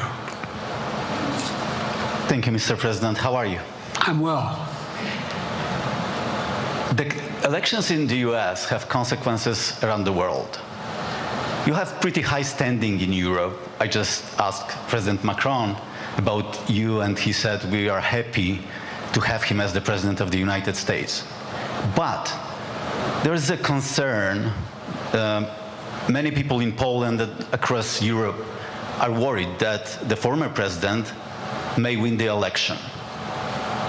And there's a lot of concern that Donald Trump may weaken NATO, stop supporting Ukraine, or push Ukraine to give up territories to Russia. They're correct. And yourself was warning just 2 minutes ago about it.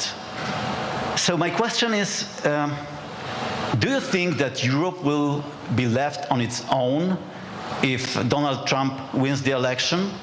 And what's your advice to European leaders to prepare for possible US disengagement? Well, look, I think, how can I say this without sounding too self-serving? I'm not having any of my European allies come up to me and say, Joe, don't run. What I hear them say is, you've got to win. You can't let this guy come forward. It'd be a disaster. It'd be a disaster. I mean, I think he said in one of his rallies, don't hold me to this, recently, where NATO, I just learned about NATO or something to that effect. Foreign policy has never been his strong point. And he seems to have an affinity to people who are authoritarian. That worries, as I tell you from Poland, that worries Europe. That worries Poland. And nobody, including the people of Poland, think that if he wins in Ukraine, he's going to stop in Ukraine, that that's going to be the end of it. And so what I can say is, I think I'm the best qualified person to do the job, to make sure that Ukraine does not fall, that Ukraine succeeds, that the European alliance stays strong. You may recall, no one was talking about Finland joining NATO. I remember talking to Putin right after we got elected in Geneva, and he was talking about what we should do. We couldn't be in Eastern Europe, etc. And I said, you're looking for the Finlandization of Ukraine. I said, you're going to get the NATOization of Finland. And about 4 weeks later, I got a call. No, that's not true.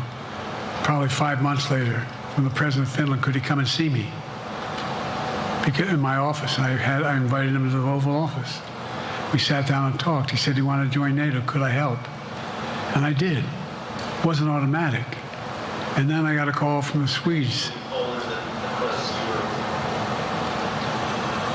I beg your pardon?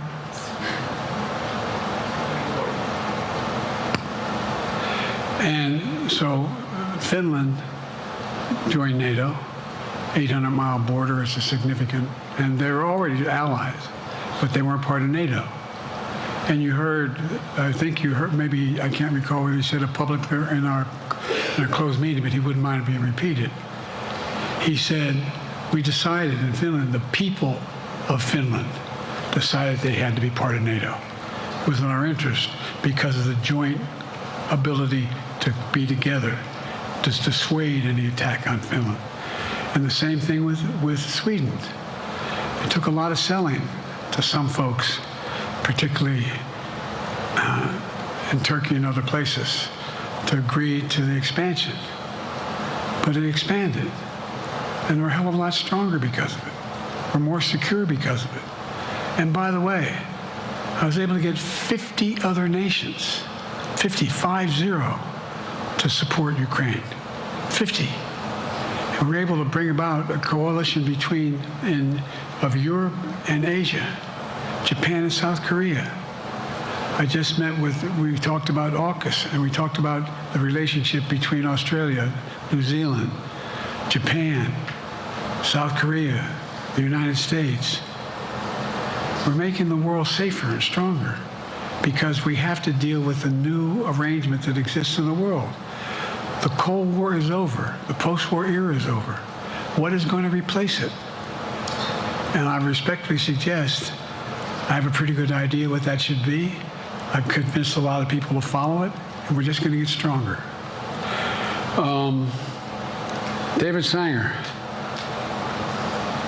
Where's it? Thank you, Mr. President. Be nice, David. Mr. President, the NATO declaration that was issued yesterday was very notable because it described China as a decisive enabler of the war in Ukraine for its provision of critical goods to the Russians. That's part of a broader partnership that seems to have cemented in place in the past 2 or 3 years. I think one that you were a little bit doubtful of when we asked you about it some time ago. So I'd be interested to know whether you have a strategy now of trying to interrupt the partnership between China and Russia, and whether or not in a second term you would pursue that, if you could describe that strategy to us. And along the way, could you also tell us whether you think, just to follow up on Felicia's question, that if you were in a room with Vladimir Putin again, the way you were 3 years ago, or with President Xi, that a few years from now you will be able to go negotiate with them, handle them one-on-one? Well, the first part of the question is, we discussed and I raised in the NATO summit, and others raised, the future of China's involvement, what they're going to do. What they're doing with Russia in terms of accommodating, facilitating, they're getting access to additional, they're not supplying weapons themselves, they're supplying mechanisms for them to be able to get weapons. And China's position is basically, and I've spent more time with Xi Jinping than any world leader has, over 90 hours since being vice president all the way through, for real. And by the way, I handed all my notes. But my point is that Xi believes that China is a large enough market that they can entice any country, including European countries, to invest there in return for commitments from Europe to do A, B, C, or D, or not to do certain things. What's happened is we had a long discussion about what we have to make clear. China has to understand that if they are supplying Russia with information and capacity, along with working with North Korea and others to help Russia in armament, that they're not going to benefit economically as a consequence of that by getting the kind of investment they're looking for. And so, for example, we're in a situation where, and we've reestablished direct contact with China after that, remember the balloon, quote unquote, going down, and all of a sudden things came to an end? Well, we set up a new mechanism. There's a direct line between Xi and me, and our military has direct access to one another, and they contact one another when we have problems. The issue is that we have to make sure that Xi understands there's a price to pay for undercutting both the Pacific Basin as well as Europe, and as it relates to Russia and dealing with Ukraine. And so for example, if you want to invest in China, as you know this area really well. If you want to invest in China, you have to have a 51% Chinese owner. You have to make sure that you do by their rules, and you don't have the authority, and that you have to provide all access to all the data and information you have.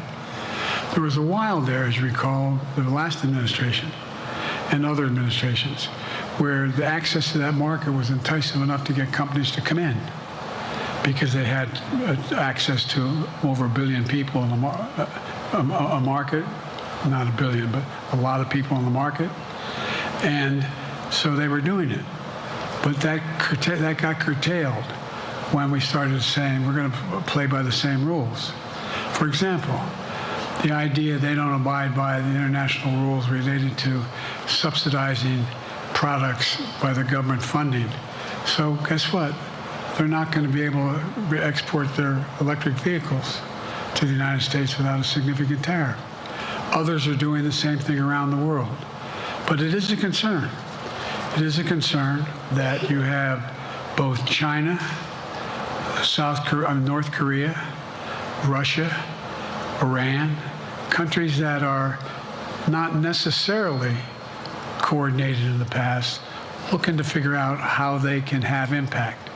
Do you have a strategy to interrupt that impact? Yes, I do, but I'm not prepared to talk about the detail of it in public. And I think you'll see that some of our European friends are going to be curtailing their investment in in China, as long as China continues to have this indirect help to Russia in terms of being able to help their economy as well as help them in, as a consequence of that, their ability to fight in Ukraine. The other thing that we talked a lot about is that, and I raised it, and I didn't hear any. I can't swear that everyone agreed because not everyone got to talk about it. But we need a new industrial policy in the West. For example, we talked about how both the EU as well as NATO has to be able to begin to build their own munition capacity, has to be able to generate their own capacity to provide for weapons and the ability to, it came as a surprise to some of us how we had fallen behind in the West in terms of the ability to construct new material, new weaponry, new everything from vehicles to weapon systems. And so one of the things that came out of this was we're going to be meeting again with a number of my colleagues, my European colleagues, is what do we do to increase the capacity of the West, particularly in Europe and Japan, to be able to generate the kind of ability to produce their own weapon systems. not just for themselves, but to be able to generate that. It's the same, it's what Russia's trying to figure out, that they went to China and they didn't get the weapons, but then they went to North Korea. But we're going to be in a position where the West is going to become the industrial base for it to be able to, the ability to have all the defensive weapons that we need. That was a discussion as well. Mr. President, I'm not sure you answered on whether you would be ready to go deal with Putin and Xi 2 or 3 years from now. I'm ready to deal with them now and 3 years from now. Look,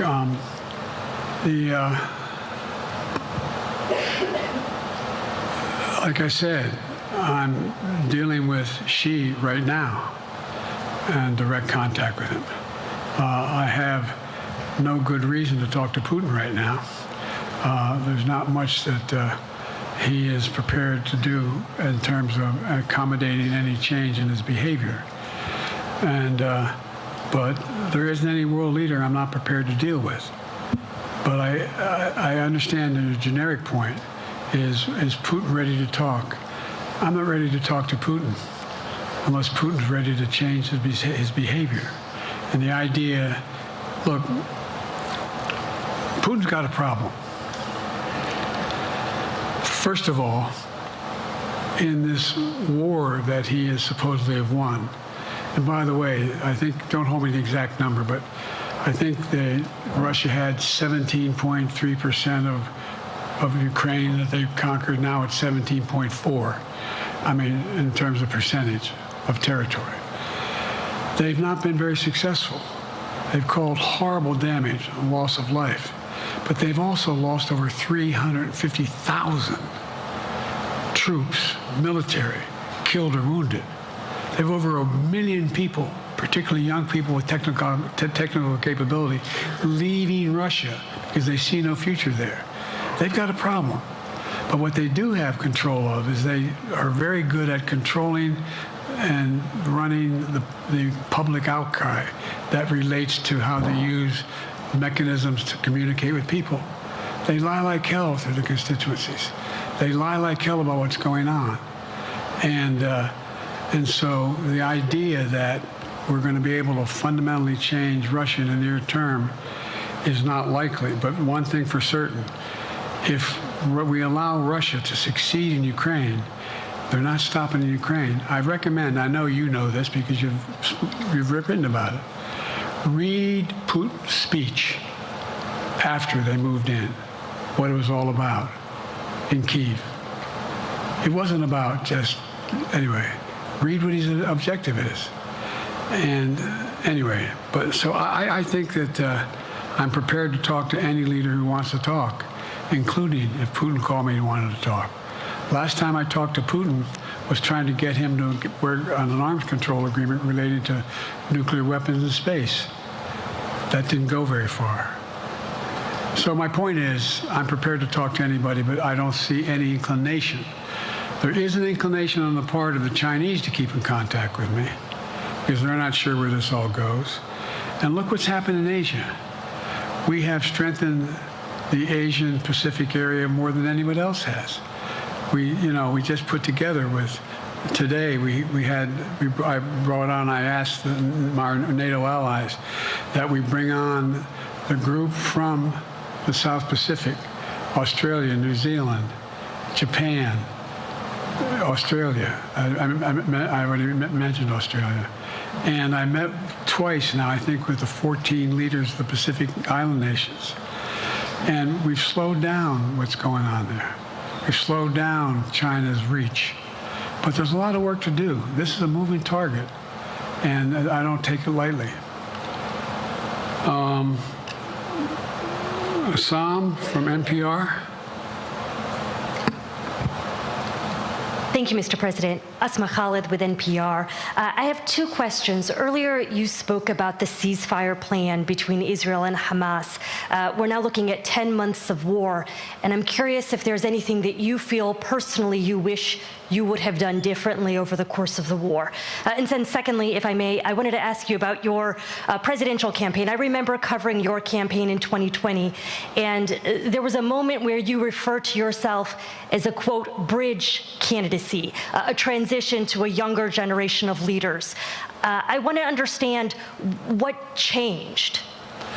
Two things. Let's go back to when you talked about would I have changed anything that's happening with Israel and the Palestinians and the Palestinian movement. The answer is, as you recall, from the very beginning, I went to Israel, but I also got immediate contact with al-Sisi in Egypt. I met with the King of Jordan. I met with most of the Arab leaders to try to get a consensus going as to what had to be done to deal with getting more aid and food and medicine into the Gaza Strip. And we pushed it really hard. And Israel occasionally was less than cooperative, number one. The Israeli War Cabinet, I've been dealing with Israel since Golda Meir. Some of the reporters around here come here all the time and heard me say this. The first time I met with Golda Meir, I sat across from her at her desk, and her assistant was Rabin sitting next to me. That's how far back I go. I know Israel well, and I support Israel. But this war cabinet is one of the most conservative war cabinets in the history of Israel. And there's no ultimate answer other than a two-state solution here. And so what was able to be done in terms of the plan I put together was it would be a process for a two-state solution. And we get the Arab nations to, particularly from Egypt to all the way to Saudi Arabia, to be in a position where they would cooperate in the transition so that they could keep the peace in Gaza without Israeli forces staying in Gaza. The question has been from the beginning, what's the day after in Gaza? And the day after in Gaza has to be, the end of the day after has to be no occupation by Israel on the Gaza Strip, as well as the ability for us to get in and out as rapidly as you can, all that's needed there. I've been disappointed that some of the things that I've put forward have not succeeded as well, like the port reattached from Cyprus. I was hopeful that would be more successful. But that's why when I went to Israel immediately after the massacres that occurred at the hands of Hamas, the one thing I said to the Israelis, and I met with the War Cabinet and with Bibi, don't make the same mistake America made after bin Laden. There's no need to occupy anywhere. Go after the people who did the job. You may recall, I still get criticized for it, but I was totally opposed to the occupation and trying to unite Afghanistan. Once we got bin Laden, we should have moved on, because it was not no one's ever going to unite that country. I've been over every inch of that, not every inch, the entirety from the poppy fields all the way to the north. I said, don't make the same mistake we made. Don't think that's what you should be doing, is doubling down. We'll help you find the bad guys, Sinwar and company. And all this criticism about I wouldn't provide when the weapons they needed. I'm not providing them 2,000-pound bombs. They cannot be used in Gaza or any populated area without causing great human tragedy and damage. But remember what happened when you had the attack on Israel with rockets and ballistic missiles. I was able to unite the Arab nations as well as Europe, and nothing happened. Nothing got hurt. It sent an incredible lesson to what was going on from the Middle East. So there's a lot of things, in retrospect, I wish I had been able to convince the Israelis to do. But the bottom line is we have a chance now. It's time to end this war. Doesn't mean walk away from going after Sinwar and Hamas. And if you notice, you know better than most, there is a growing dissatisfaction on the West Bank from the Palestinians about Hamas. Hamas is not popular now. And so there's a lot of moving parts. I just have to keep moving to make sure that we get as much done as we can toward a ceasefire, and get those. And by the way, look at the numbers in Israel. I mean, my numbers are better in Israel than they are here. But then again, they're better than a lot of other people here too. But anyway. Your bridge candidacy in 2020, you referred to yourself as being a bridge candidate for a younger, fresher generation of Democratic leaders, and I wanted to know what changed. What changed was the gravity of the situation I inherited in terms of the economy, our foreign policy, and domestic division. And I think, I won't put words in anybody's mouth. Most presidential historians give me credit for having accomplished more than most any president since Johnson and maybe before that to get major pieces of legislation passed. And what I realized was my long time in the Senate had equipped me to have the wisdom to know how to deal with the Congress to get things done. We got more major legislation passed that no one thought would happen. And I want to finish it, to get that finished. If tomorrow, if we had a circumstance where there was a lineup and I hadn't inherited what I did and we just moved things along, anyway, it's going to change. Last question. Haley Bull, Scripps. Or no, Josh Weingrove, I'm sorry, was the next one. I'll do 2 more questions. Thank you, Mr. President. Many of your colleagues, Democrats on the Hill, are watching tonight as they assess what they want to say about your candidacy. I'm wondering how you're thinking of this right now. It seems like your answer is clear, but they're watching how things go tonight, tomorrow in Michigan, next week in Texas and Nevada. Are you thinking that way about how the next week or 2 goes would inform your... Am I using that way, you said? Are you thinking that way about how the next 2 weeks go? Will that affect your decision, or are you fully determined on running in November as the party's nominee? I'm determined on running, but I think it's important that I allay fears by let them see me out there. Let me see them out, for the longest time it was, Biden's not prepared to sit with us unscripted. Biden's not prepared to, anyway.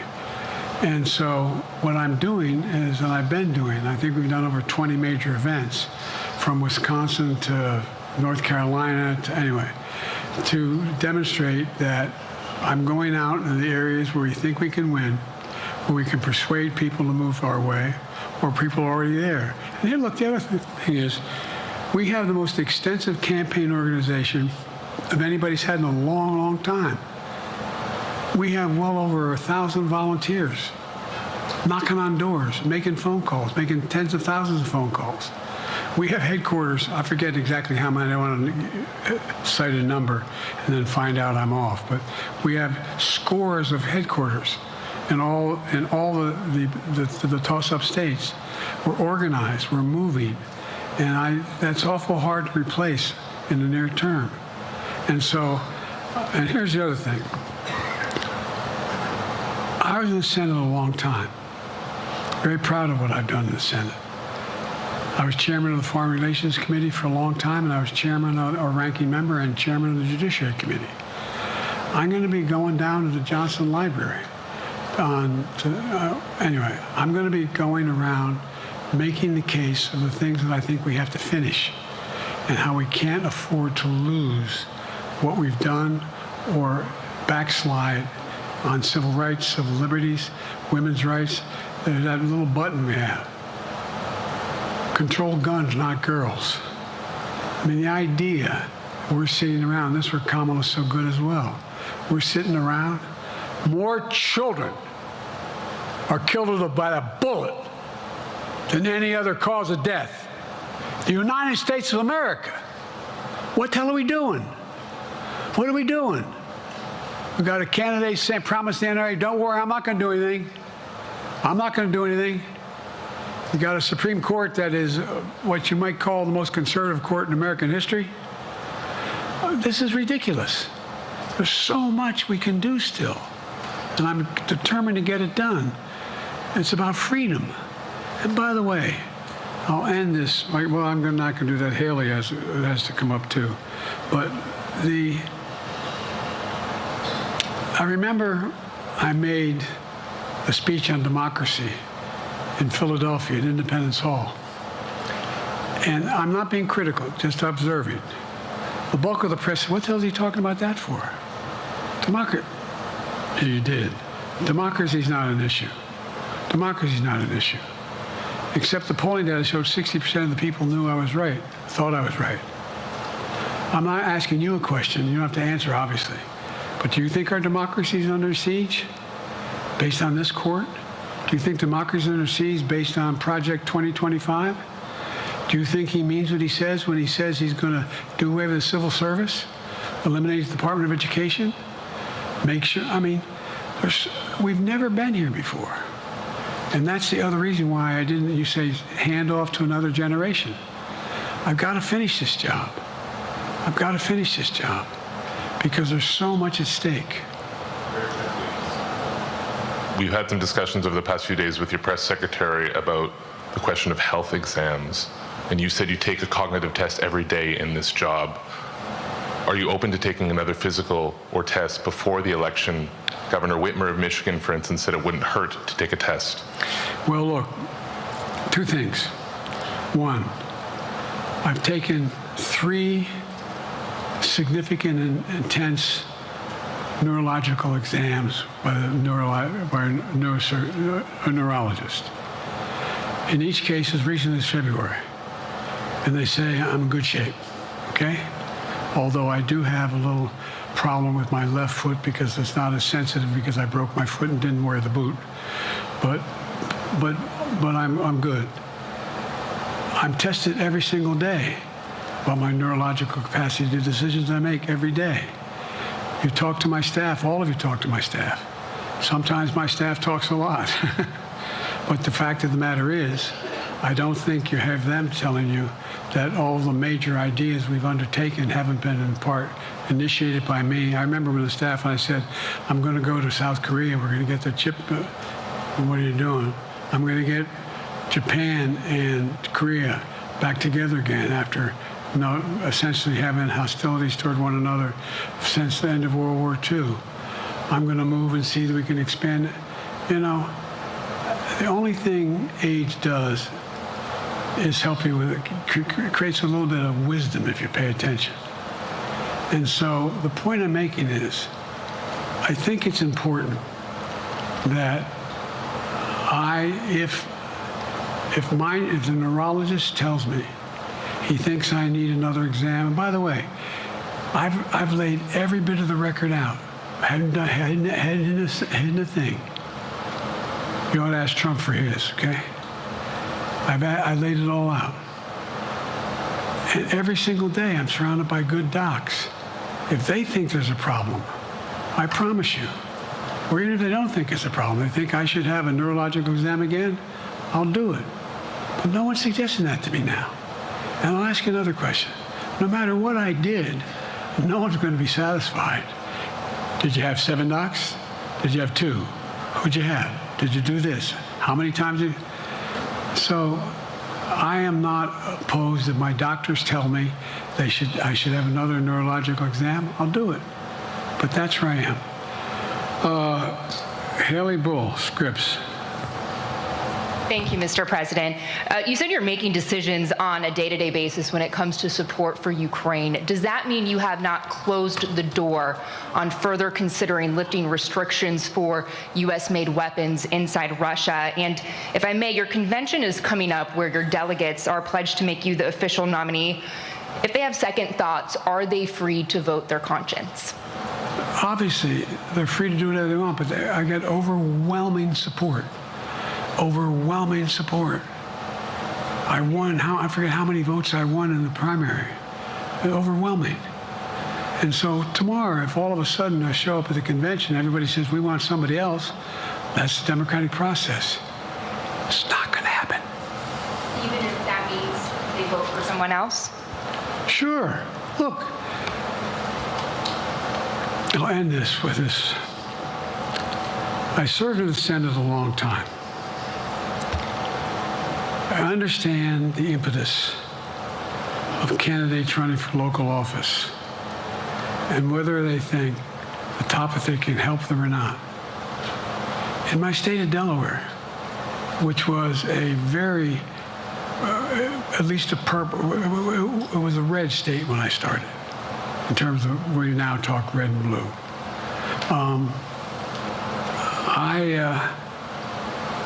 I don't recall most of the Democratic presidents winning my state when I was a candidate. The truth of the matter is I understand the self-interest of every candidate. If they think that, running with Biden at the top is going to hurt them, then they're going to run away. I get it. But so far, go and look at the polling data in their states. Look at the in-depth, and by the way, I think you'd all acknowledge, and you're all experts, I'm not being solicitous about the president, you're experts on this stuff. How accurate does anybody think the polls are these days?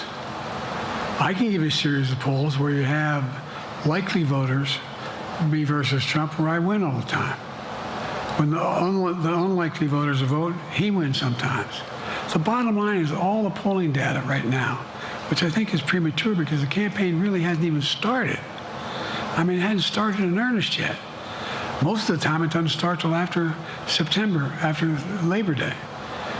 So a lot can happen.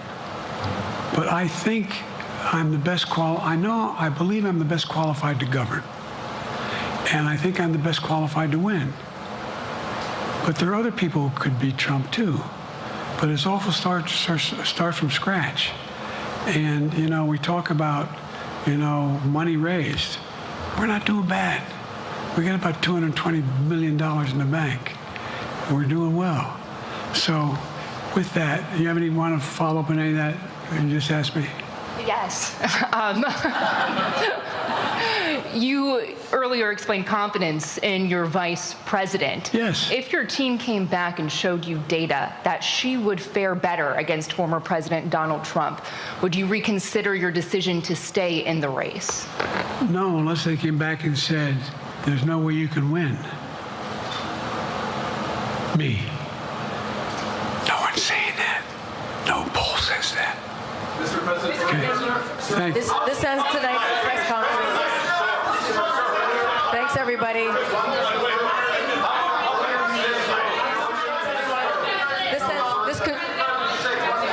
This concludes. Respectfully, earlier you misspoke in your opening answer. You referred to Vice President Harris as Vice President Trump. Right now, Donald Trump is using that to mock your age and your memory. How do you combat that criticism from tonight? Listen to him. This concludes tonight's press conference. Thank you, everybody. Thanks, everyone. More than 40 minutes. President Joe Biden. More than 40 minutes. President Joe Biden answering questions there. Members of the media, if you wanted to see what a real president looks like, what you just saw there, Dr. Greg Carr, was a foreign policy expert methodically walking through something Donald Trump could never do. Roland, everybody, that's right. I mean, I'm really trying hard not to cuss right now. But what the F are we talking about? This fool, who was that, Roland? Peter Alexander? Yeah, Peter Alexander. He stood his funky ass up. Now, 40 minutes. And this is probably a reference most people won't get unless you're an old movie buff. They call it Capricorn, right? It's a Wonderful Life. He had a movie called Mr. Smith Goes to Washington. Jimmy Stewart played a congressman. The corrupt Congress people in Congress trying to put him out. He went to the floor and did a filibuster, and as the news got out, the public turned against these other people. He just gave a mini version of that. It wasn't a drop dead. He had people to call on. I think it was a brilliant move to get the lady from NPR had the hijab on to ask him about Palestine and to ask him about legacy. He answered every question, knocked it out the box with detail. This fool gets up at the end and says something about this racist, brain-addled. Biden even got Project 2025 in. And here come Peter Alexander. Well, think about, you said Trump, Steve Harris. What do you mean? And the perfect answer, unscripted, while his staff's trying to get him off stage after he smiles, that smile that you said, we all said 2 weeks ago he should have been giving to Trump the whole time. What does Joe Biden say? Listen to him. And walks out, drops the mic. Anybody, look, if you know something Axelrod or Pluff, if you know something Chocolate Wonder Obama, if you know something James Carville, if you know something Movie Boys, Reiner and George Clooney, if you know something Big Gretch, if you know something Gavin Newsom about Joe Biden's health or something that we don't know, it's time to talk. Other than that, shut the fuck up, Nancy Pelosi, all of y'all, be quiet, because we're not listening anyway, but y'all gonna stop this bullshit. And if you keep it going after tonight, then we know that you're not only dishonest, you're against us too. L. Joy, okay, he said Vice President Trump instead of Vice President Harris. Later talks about her. Okay, and. I mean, okay, he said that. The man started going through China, Japan, start walking through countries. We negotiated this, and this. Give me a break. Yeah, and to make the connection, what you said earlier in talking about some of the data where people watched the debate and, you know, did he have gas and things of that nature and a bit slower than people are used to either him responding or wanting people to respond? Yes, but more importantly, people saw that he was able to speak to policy. Here, he was able to focus on foreign policy, which we know he has the greatest strength in this contest in general. And so people are able to put aside a gaffe here or there. It reminded me, Roland, of like, you know, when your mom is calling you and she called all the siblings before she gets to your name. Listen. I got nine nieces. I got 4 nephews. All right. I can't tell you. So my sister Levita has 4 kids. Okay. Her oldest daughter is Chloe. Her other daughter is Faith. I'll be like, Chloe, I'm like, you know who the hell I'm talking to? Yeah. But I mean, we make fun of my mom all the time. She'd be like, Joy, Tiffany, Kara, and this is like, Mom, I am not Tiffany, right? So we get it, right? But it would be something if that was that gaffe and. But as you said, we just watched him for close to an hour stand and be responsive to questions, answer every single question, go in detail, in depth. And what more do you want? And it's reminiscent of our dearly departed Joe Madison is just like, do you want an orgasm? Like, what do you want? You know, Lauren, I remember Jake Tapper saying, oh, he needs to stand up there and do a 2-hour news conference. Dude, come on. And again, you watched him methodically walk through negotiating with world leaders. Let's be perfectly clear to all of the debate people. Donald Trump could never do what we just watched. Yeah, well, that's obvious. I mean, it's obvious that Donald Trump could never do any of that. He can't answer any questions on foreign policy, period. Certainly nothing in depth on China or Russia or anything else. And that's why the media has to be indicted in this moment, particularly the New York Times, the butthurt emails, New York Times, that's always trying to figure out a way to divert everybody's attention onto something that is beside the point of the fact that we have an extremely dangerous person running for president as the Republican nominee, which is something they begrudgingly bring up. And I'm still confused as to whether or not Joe Kahn or anybody else at the New York Times really cares about the First Amendment, saving our democracy, and protecting us from fascism under Donald Trump, which they have declared they're going to do in a 900-page document. And instead, the New York Times has chosen to invest itself in whatever they need to invest itself in to make money and get clicks to a website. That's what I think they're doing. It's extremely, of course, hard to verify that, but every move that they make is in that direction. And, you know, as for this press conference tonight, there were a few really good questions in there. The journalist that asked the bridge question, you know, you said you were the bridge candidate. That was the NPR reporter.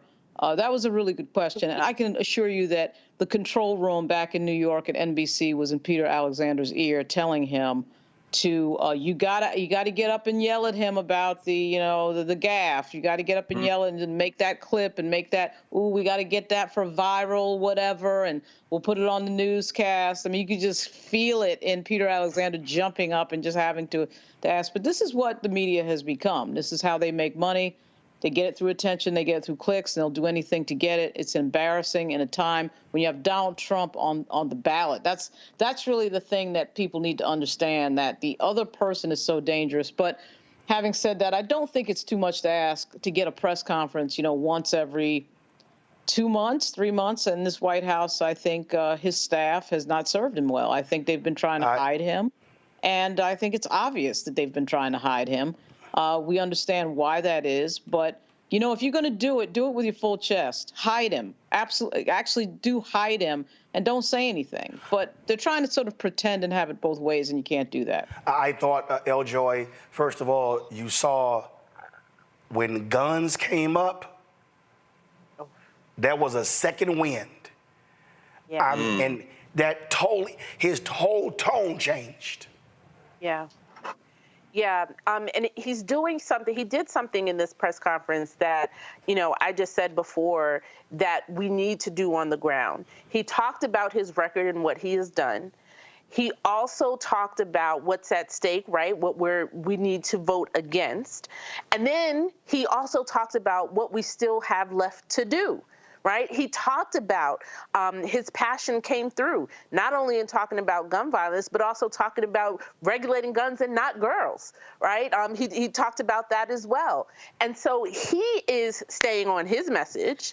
He is clear about what his role is, to talk about his successes, to talk about what's at stake if this other guy gets in, and to talk about what is still left to do and what we need to do once we are reelected. And that kind of discipline that both he has and Vice President has, that she also talks about, right? The issues and the things that are left to be done. That is the messaging that we should take away from this, rather than, as Dr. Carr has mentioned, just focusing on one aspect, one gaffe in the beginning of the press conference, rather than close to an hour of him laying out that strategy.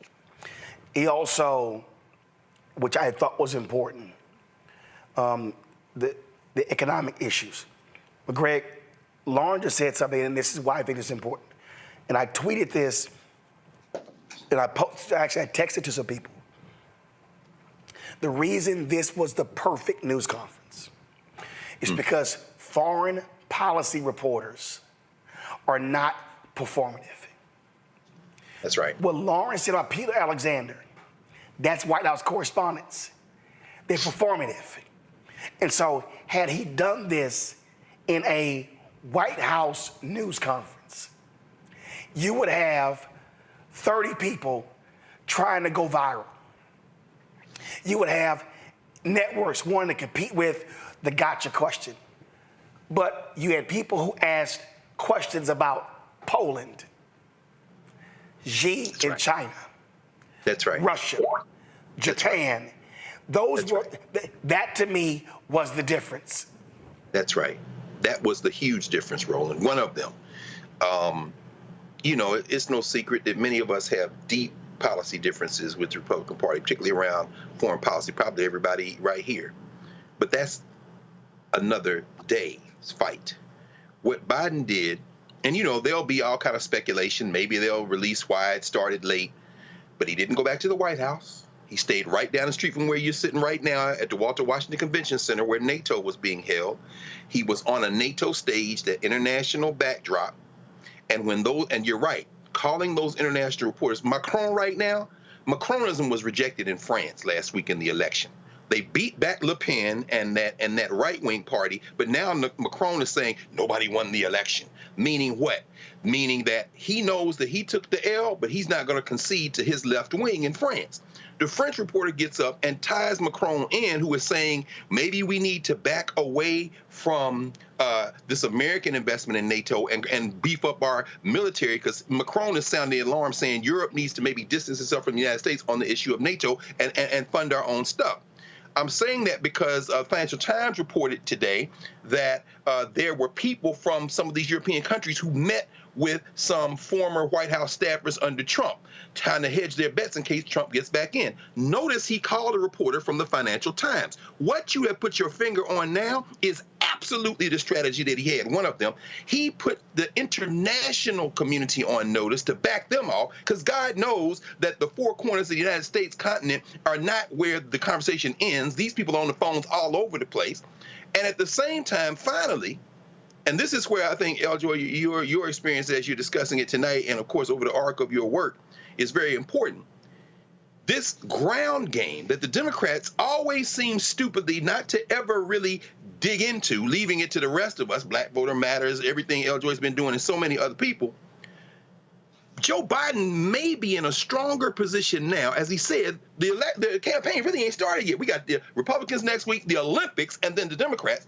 He might be in a stronger position now because of what happened in the debate. I'm not saying he is, but consider this. Because, Eljoy, I know the first time I saw you physically was when you were in South Carolina campaigning for Kamala Harris. She gets beat in the primary. There was some ambivalence in some parts of Black communities around her.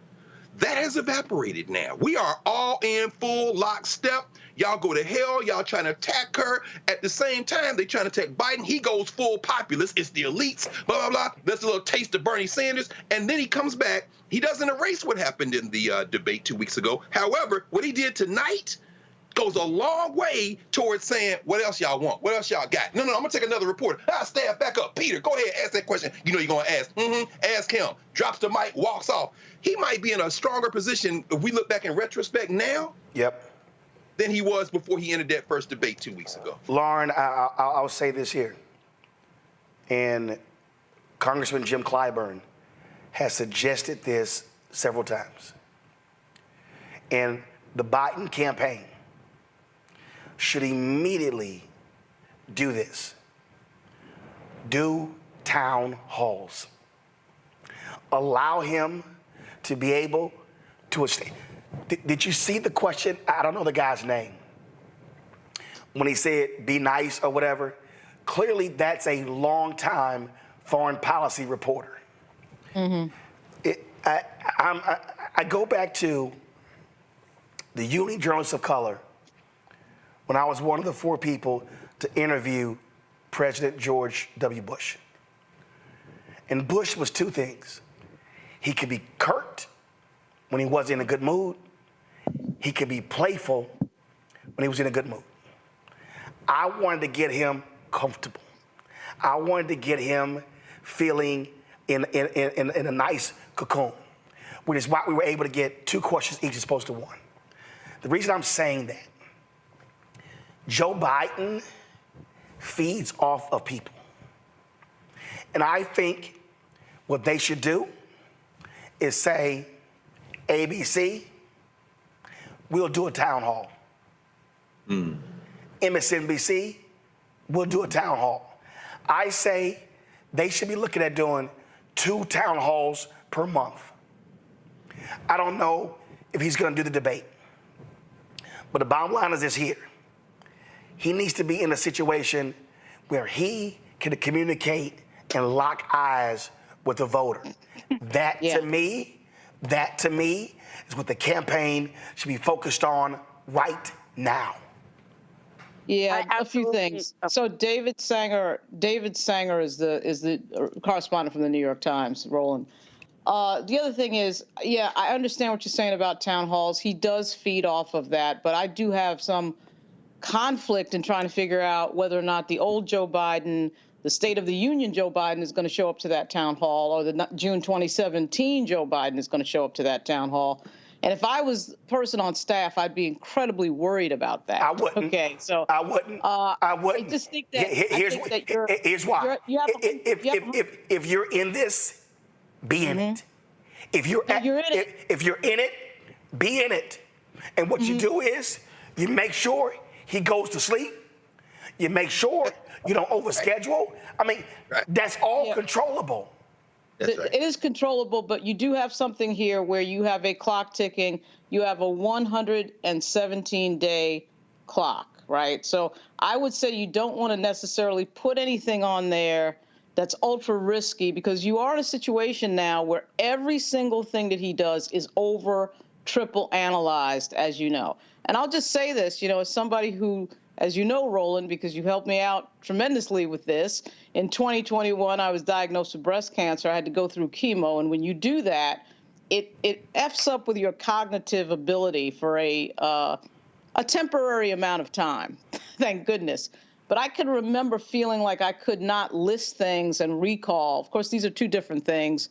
Whatever's going on with the president is not the same as that, but I know what that feeling is. And you could see it on June 27 and a little bit tonight, where the president does have some inability or difficulty with a list of things. When he has to list, he will drop out of that sentence and say something like, never mind, I'm going on too long, or something like that to sort of bail out of it. And as somebody who knows what that frustration is, after a while, I mean, it kind of reminds me of what my friends who work on Capitol Hill told me when he had gone to the annual Democratic retreat. He had to have cue cards for that, which, by the way, I don't think there's any shame in any of that. This is the President of the United States. You have so many things on your plate. Fine. But Roland, he is under that microscope. So when you set up a big stage type event, a town hall, something like that, it's sort of a situation where after that June 27th thing, I mean, you see what happened. We're still talking about this. If you had said to me 2 weeks ago, Roland, we were on the show, that we would be talking about this thing 14 days later, there is no way I would have believed that. And we're talking about it. Now this media is in this sort of, and we've seen it before, they're in this sort of rabid phase of everything that he does has got to be overanalyzed. And I think it's just difficult. And you got to win for 117 days. You got to figure out what that is. You've got to be all in, but I think you have to be careful about what events you pick. Here's the deal, Joy. You don't have to win 117 days. You know what you got to win? The next day. And then the next day. And then the next day. And then the next day. See, here's why.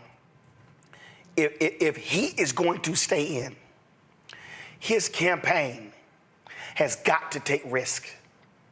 But you play to a person's strengths.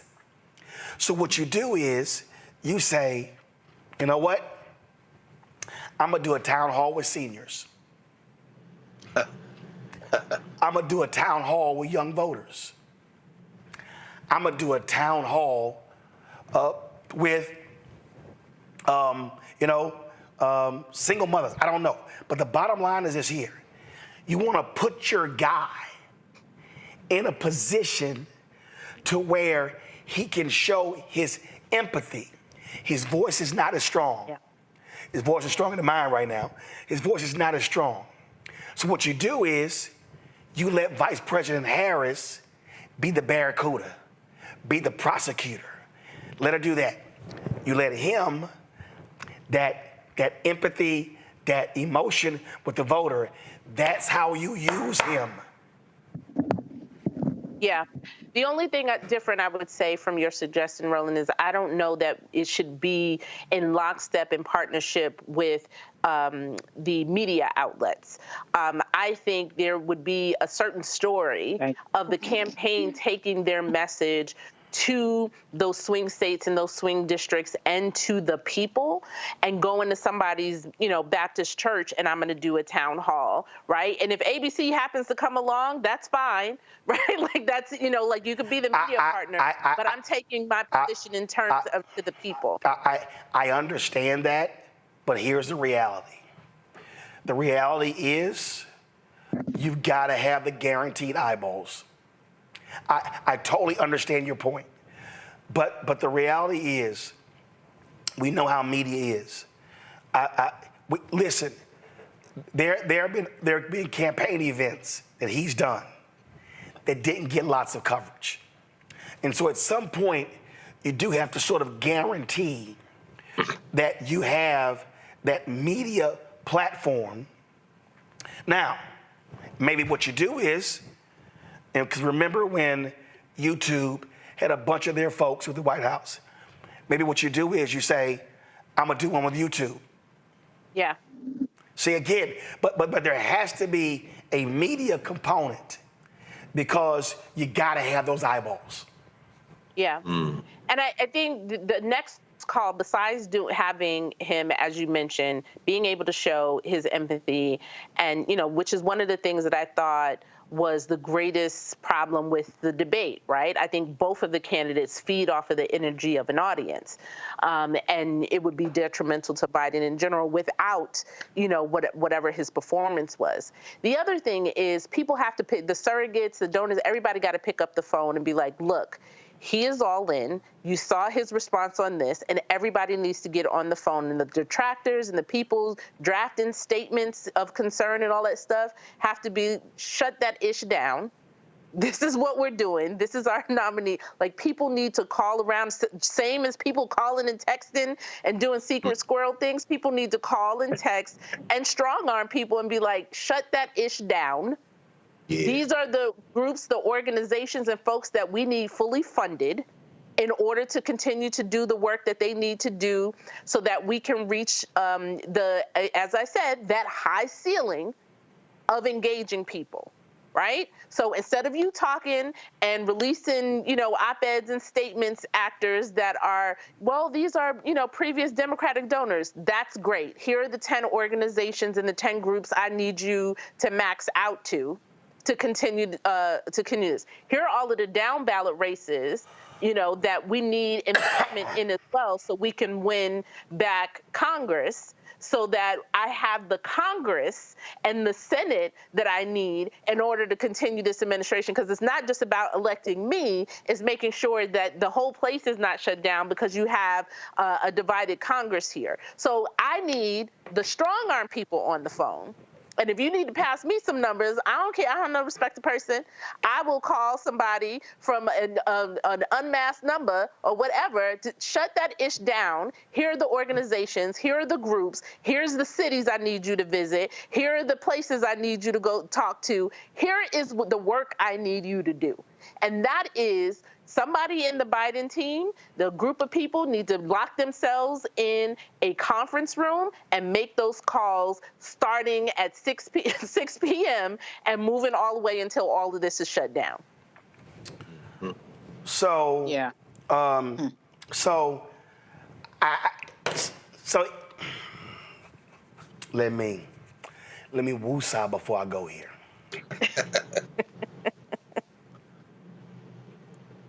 David Axelrod sent this tweet out, Greg. If what he said at the end of his presser is true, it sounds like Biden's team has not been very candid with him about what the data is showing. The age issue is a huge and potentially insurmountable concern, and his odds of victory are very, very slim. Okay. Here's the problem with that. The Washington Post poll that came out, 85% say he's too old. 75% want him to drop out. The race is tied. Okay? So now I'm confused. See, this is the problem that Axelrod and the rest of these people, for some reason, don't want to accept. It's sort of what Chris Matthews talked about. Sam Stein actually had a column on this today in the Bulwark as well. I'm sitting here going, Roland, is Biden too old? Yes. Would it be great with another candidate? Yes. Are you excited about Biden? No. But it's time to vote. It's Biden, Trump. Who you voting for? Trump can kiss my ass. Duh. That is the reality. See, so what the Axelrod don't understand is, and we see it in the data. Adrian Shropshire last night, she said it's been a 15-point increase in black support since the previous poll. Yeah. She said it's trending this way because I saw that I sent you and Lauren, there was a tweet where this one guy pulled some data and he said when undecideds are pushed as to who they're going to support, 80% break for Biden. So even though people say he's old, want another candidate, they're judging him based upon the buffoon on the other side. Right. Absolutely. Absolutely. You know, there's a saying. Greg, go ahead. That's all right. I'll keep mine short, and then Lauren, please. I mean, this is so important, the conversation we're having. Frankly, maybe we will end up knowing it. I think we all want to know what David Axelrod and David Plouffe know, what Reiner and George Clooney know, what Barack Obama knows that we don't, because clearly it has them convicted to engage in full-bred idiocy at this point. I've never been a big Barack Obama fan. I was excited that he became president, voted for him, out there campaigning. It's very beautiful. But we got stuck with the bill for Barack Obama. That would be called Donald Trump and Trumpism, which was always present but had an avatar at that point. Joe Biden has been able to get a lot accomplished, more than Obama. And Obama should shut the fuck up at this point. And his clownish advisors, Plouffe and Axelrod, who those soft white nationalists who find Barack Obama palpable because he's not. Hopefully, Wes Moore is who people thought Barack Obama was, because Barack Obama is definitely not that guy, although he can dap up basketball players going to the Olympics and all that kind of thing. But let's be very clear about this at this point. Either they've got to know something we don't, and we need to know it now, because the delegates for the Democrat, and y'all help me, you know, especially Joe, you know the inner workings of this better than I do, but don't they start voting soon? I mean, they start locking in advance of the convention. In other words, this is inevitable. They are acting apoplectic at this point. So either y'all know something we don't, or the alternative, which is terrible to contemplate, but perhaps is easier to understand. This is all politics. Y'all ain't never been down with Joe Biden like that for real. Y'all don't like Kamala Harris, and you scared of Wes Moore, whatever happens next. And the people you closer to, Barry, I'm talking about maybe it's the governor of Michigan, maybe it's your friend in California. You don't want them boxed out because black people may be getting ready to run out of Boston over the next 20 years in terms of the presidency. You're willing to risk all of our stuff, and we still didn't get the things you was running around talking about hope and change for in 2008. But you want to get your finger out the pie and get your funky minders out the pie too. Yeah, you know, Greg, brutal, Greg, brutal. I mean, I think that I think that you have to remember that we ended up with Hillary running first because of Barack Obama, right? Because he was the one that wanted Hillary to go first. Then she ends up losing, and we end up with Donald Trump. Okay. Right. When really, if you think about it, it should have been Biden. Obviously, your vice president would probably go first, and then Biden would have probably would have gone for 8 years, and we would be sitting here right now with this set of issues with regard to his age. I mean, there's an old saying, lead, follow, or get out of the way. And apparently these people really don't get out of the way. Whatever it is that they know, Greg, whatever it is that they know that they've just got to tell us, David Axelrod and James Carville and the dude bros of Obama and all these people, whatever it is, they should have known it 2 years ago, a year ago, 6 months ago, when we were deciding on delegates, when we were deciding on whether or not who was going to run again. They should have known it at least 6 months ago. And now. That's right.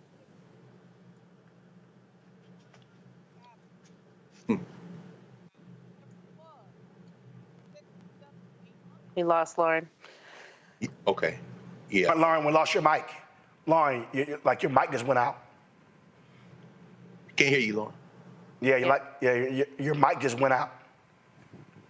I mean, I think to her point is that a lot of this, but, you know, remember, let's go back, because even after Biden won, the first thing in the first year or 2 years was all about, do we need to change the vice president going later? Because they were trying to hurt her chances for being the presumptive nominee. Remember, we went through a whole year and a half of, oh, she's not right for this. What is she even doing? What is the vice president, as if, the vice president role is whatever the current president says the role is, right? So there was all of that as well. And we saw that resurgence of trying to jump over her again as people were trying to put their favorite or who they believed needed to be there, because I guess people were just mad that Black women demanded something and we got it.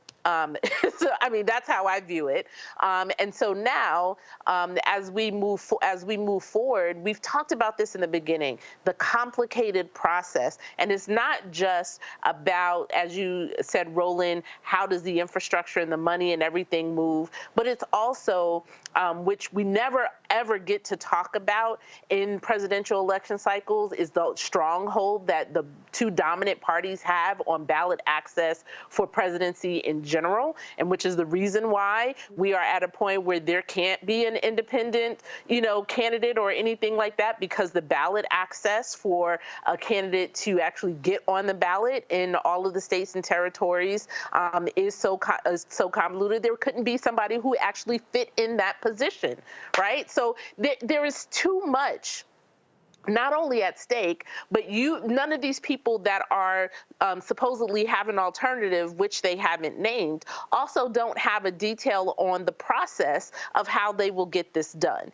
And so you mean to tell me that you see a way in, 115 days, 117 days, that you can get a new candidate on all of the ballots in every state and territory, but not only introduce this candidate to all of the potential voters and get people to turn out and get them to have positions and policy and everything in order for them to win in 117 days? Stop playing in our face. We don't have time for this. They're just talking. Lauren, go ahead and finish your point before your mic cut out.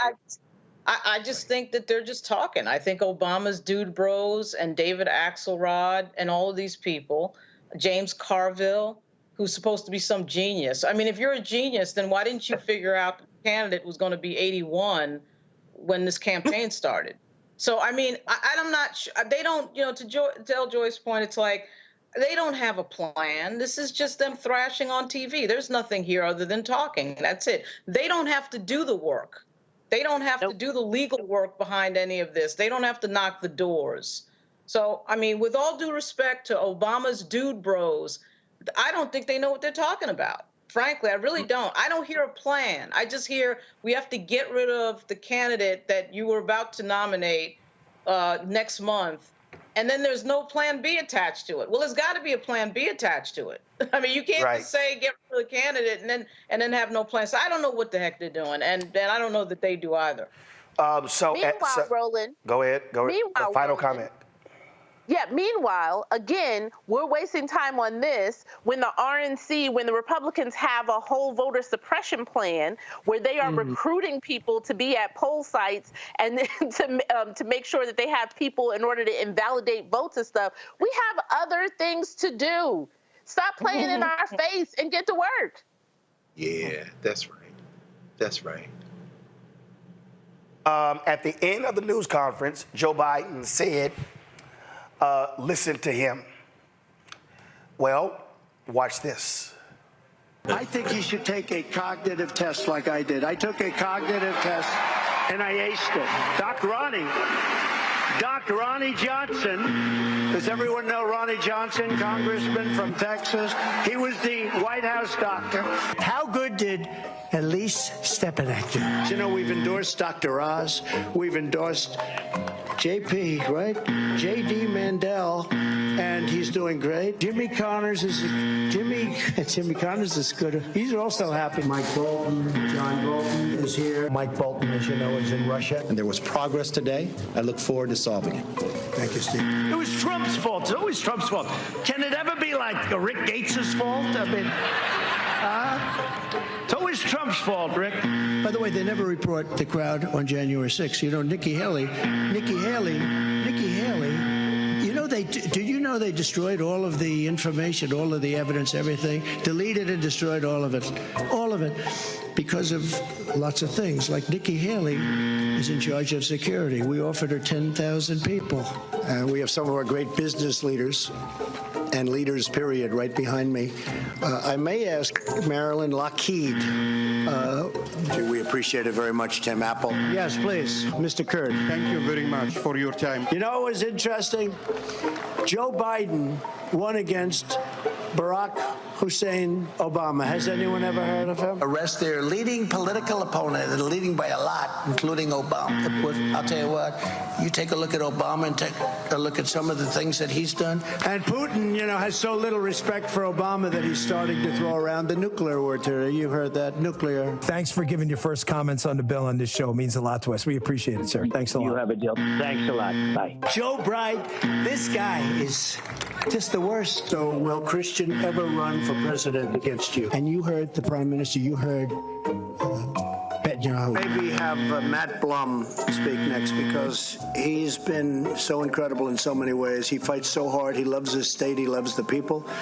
Think of it, a new branch of the United States military, United States Armed Forces, called Air Force. I never talked about that. That's something we never talked about. But what we just saw, we just left pleasure. A very big hello to a place where we've done very well, Sioux Falls. Thank you very much, Sioux Falls. Thank you.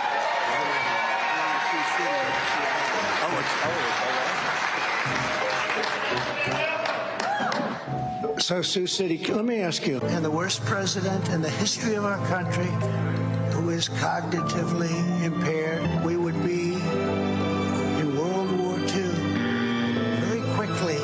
The worst president in the history of our country will be a fading nightmare. He'll be a fading, I have fading memory. I think we can end on that note. Joy, Lauren, Greg, I appreciate y'all being on today's show. Christopher, Lurie as well, folks. That's it. I got to go rest my voice. Hopefully this is better tomorrow. Be sure to support us in what we do, y'all.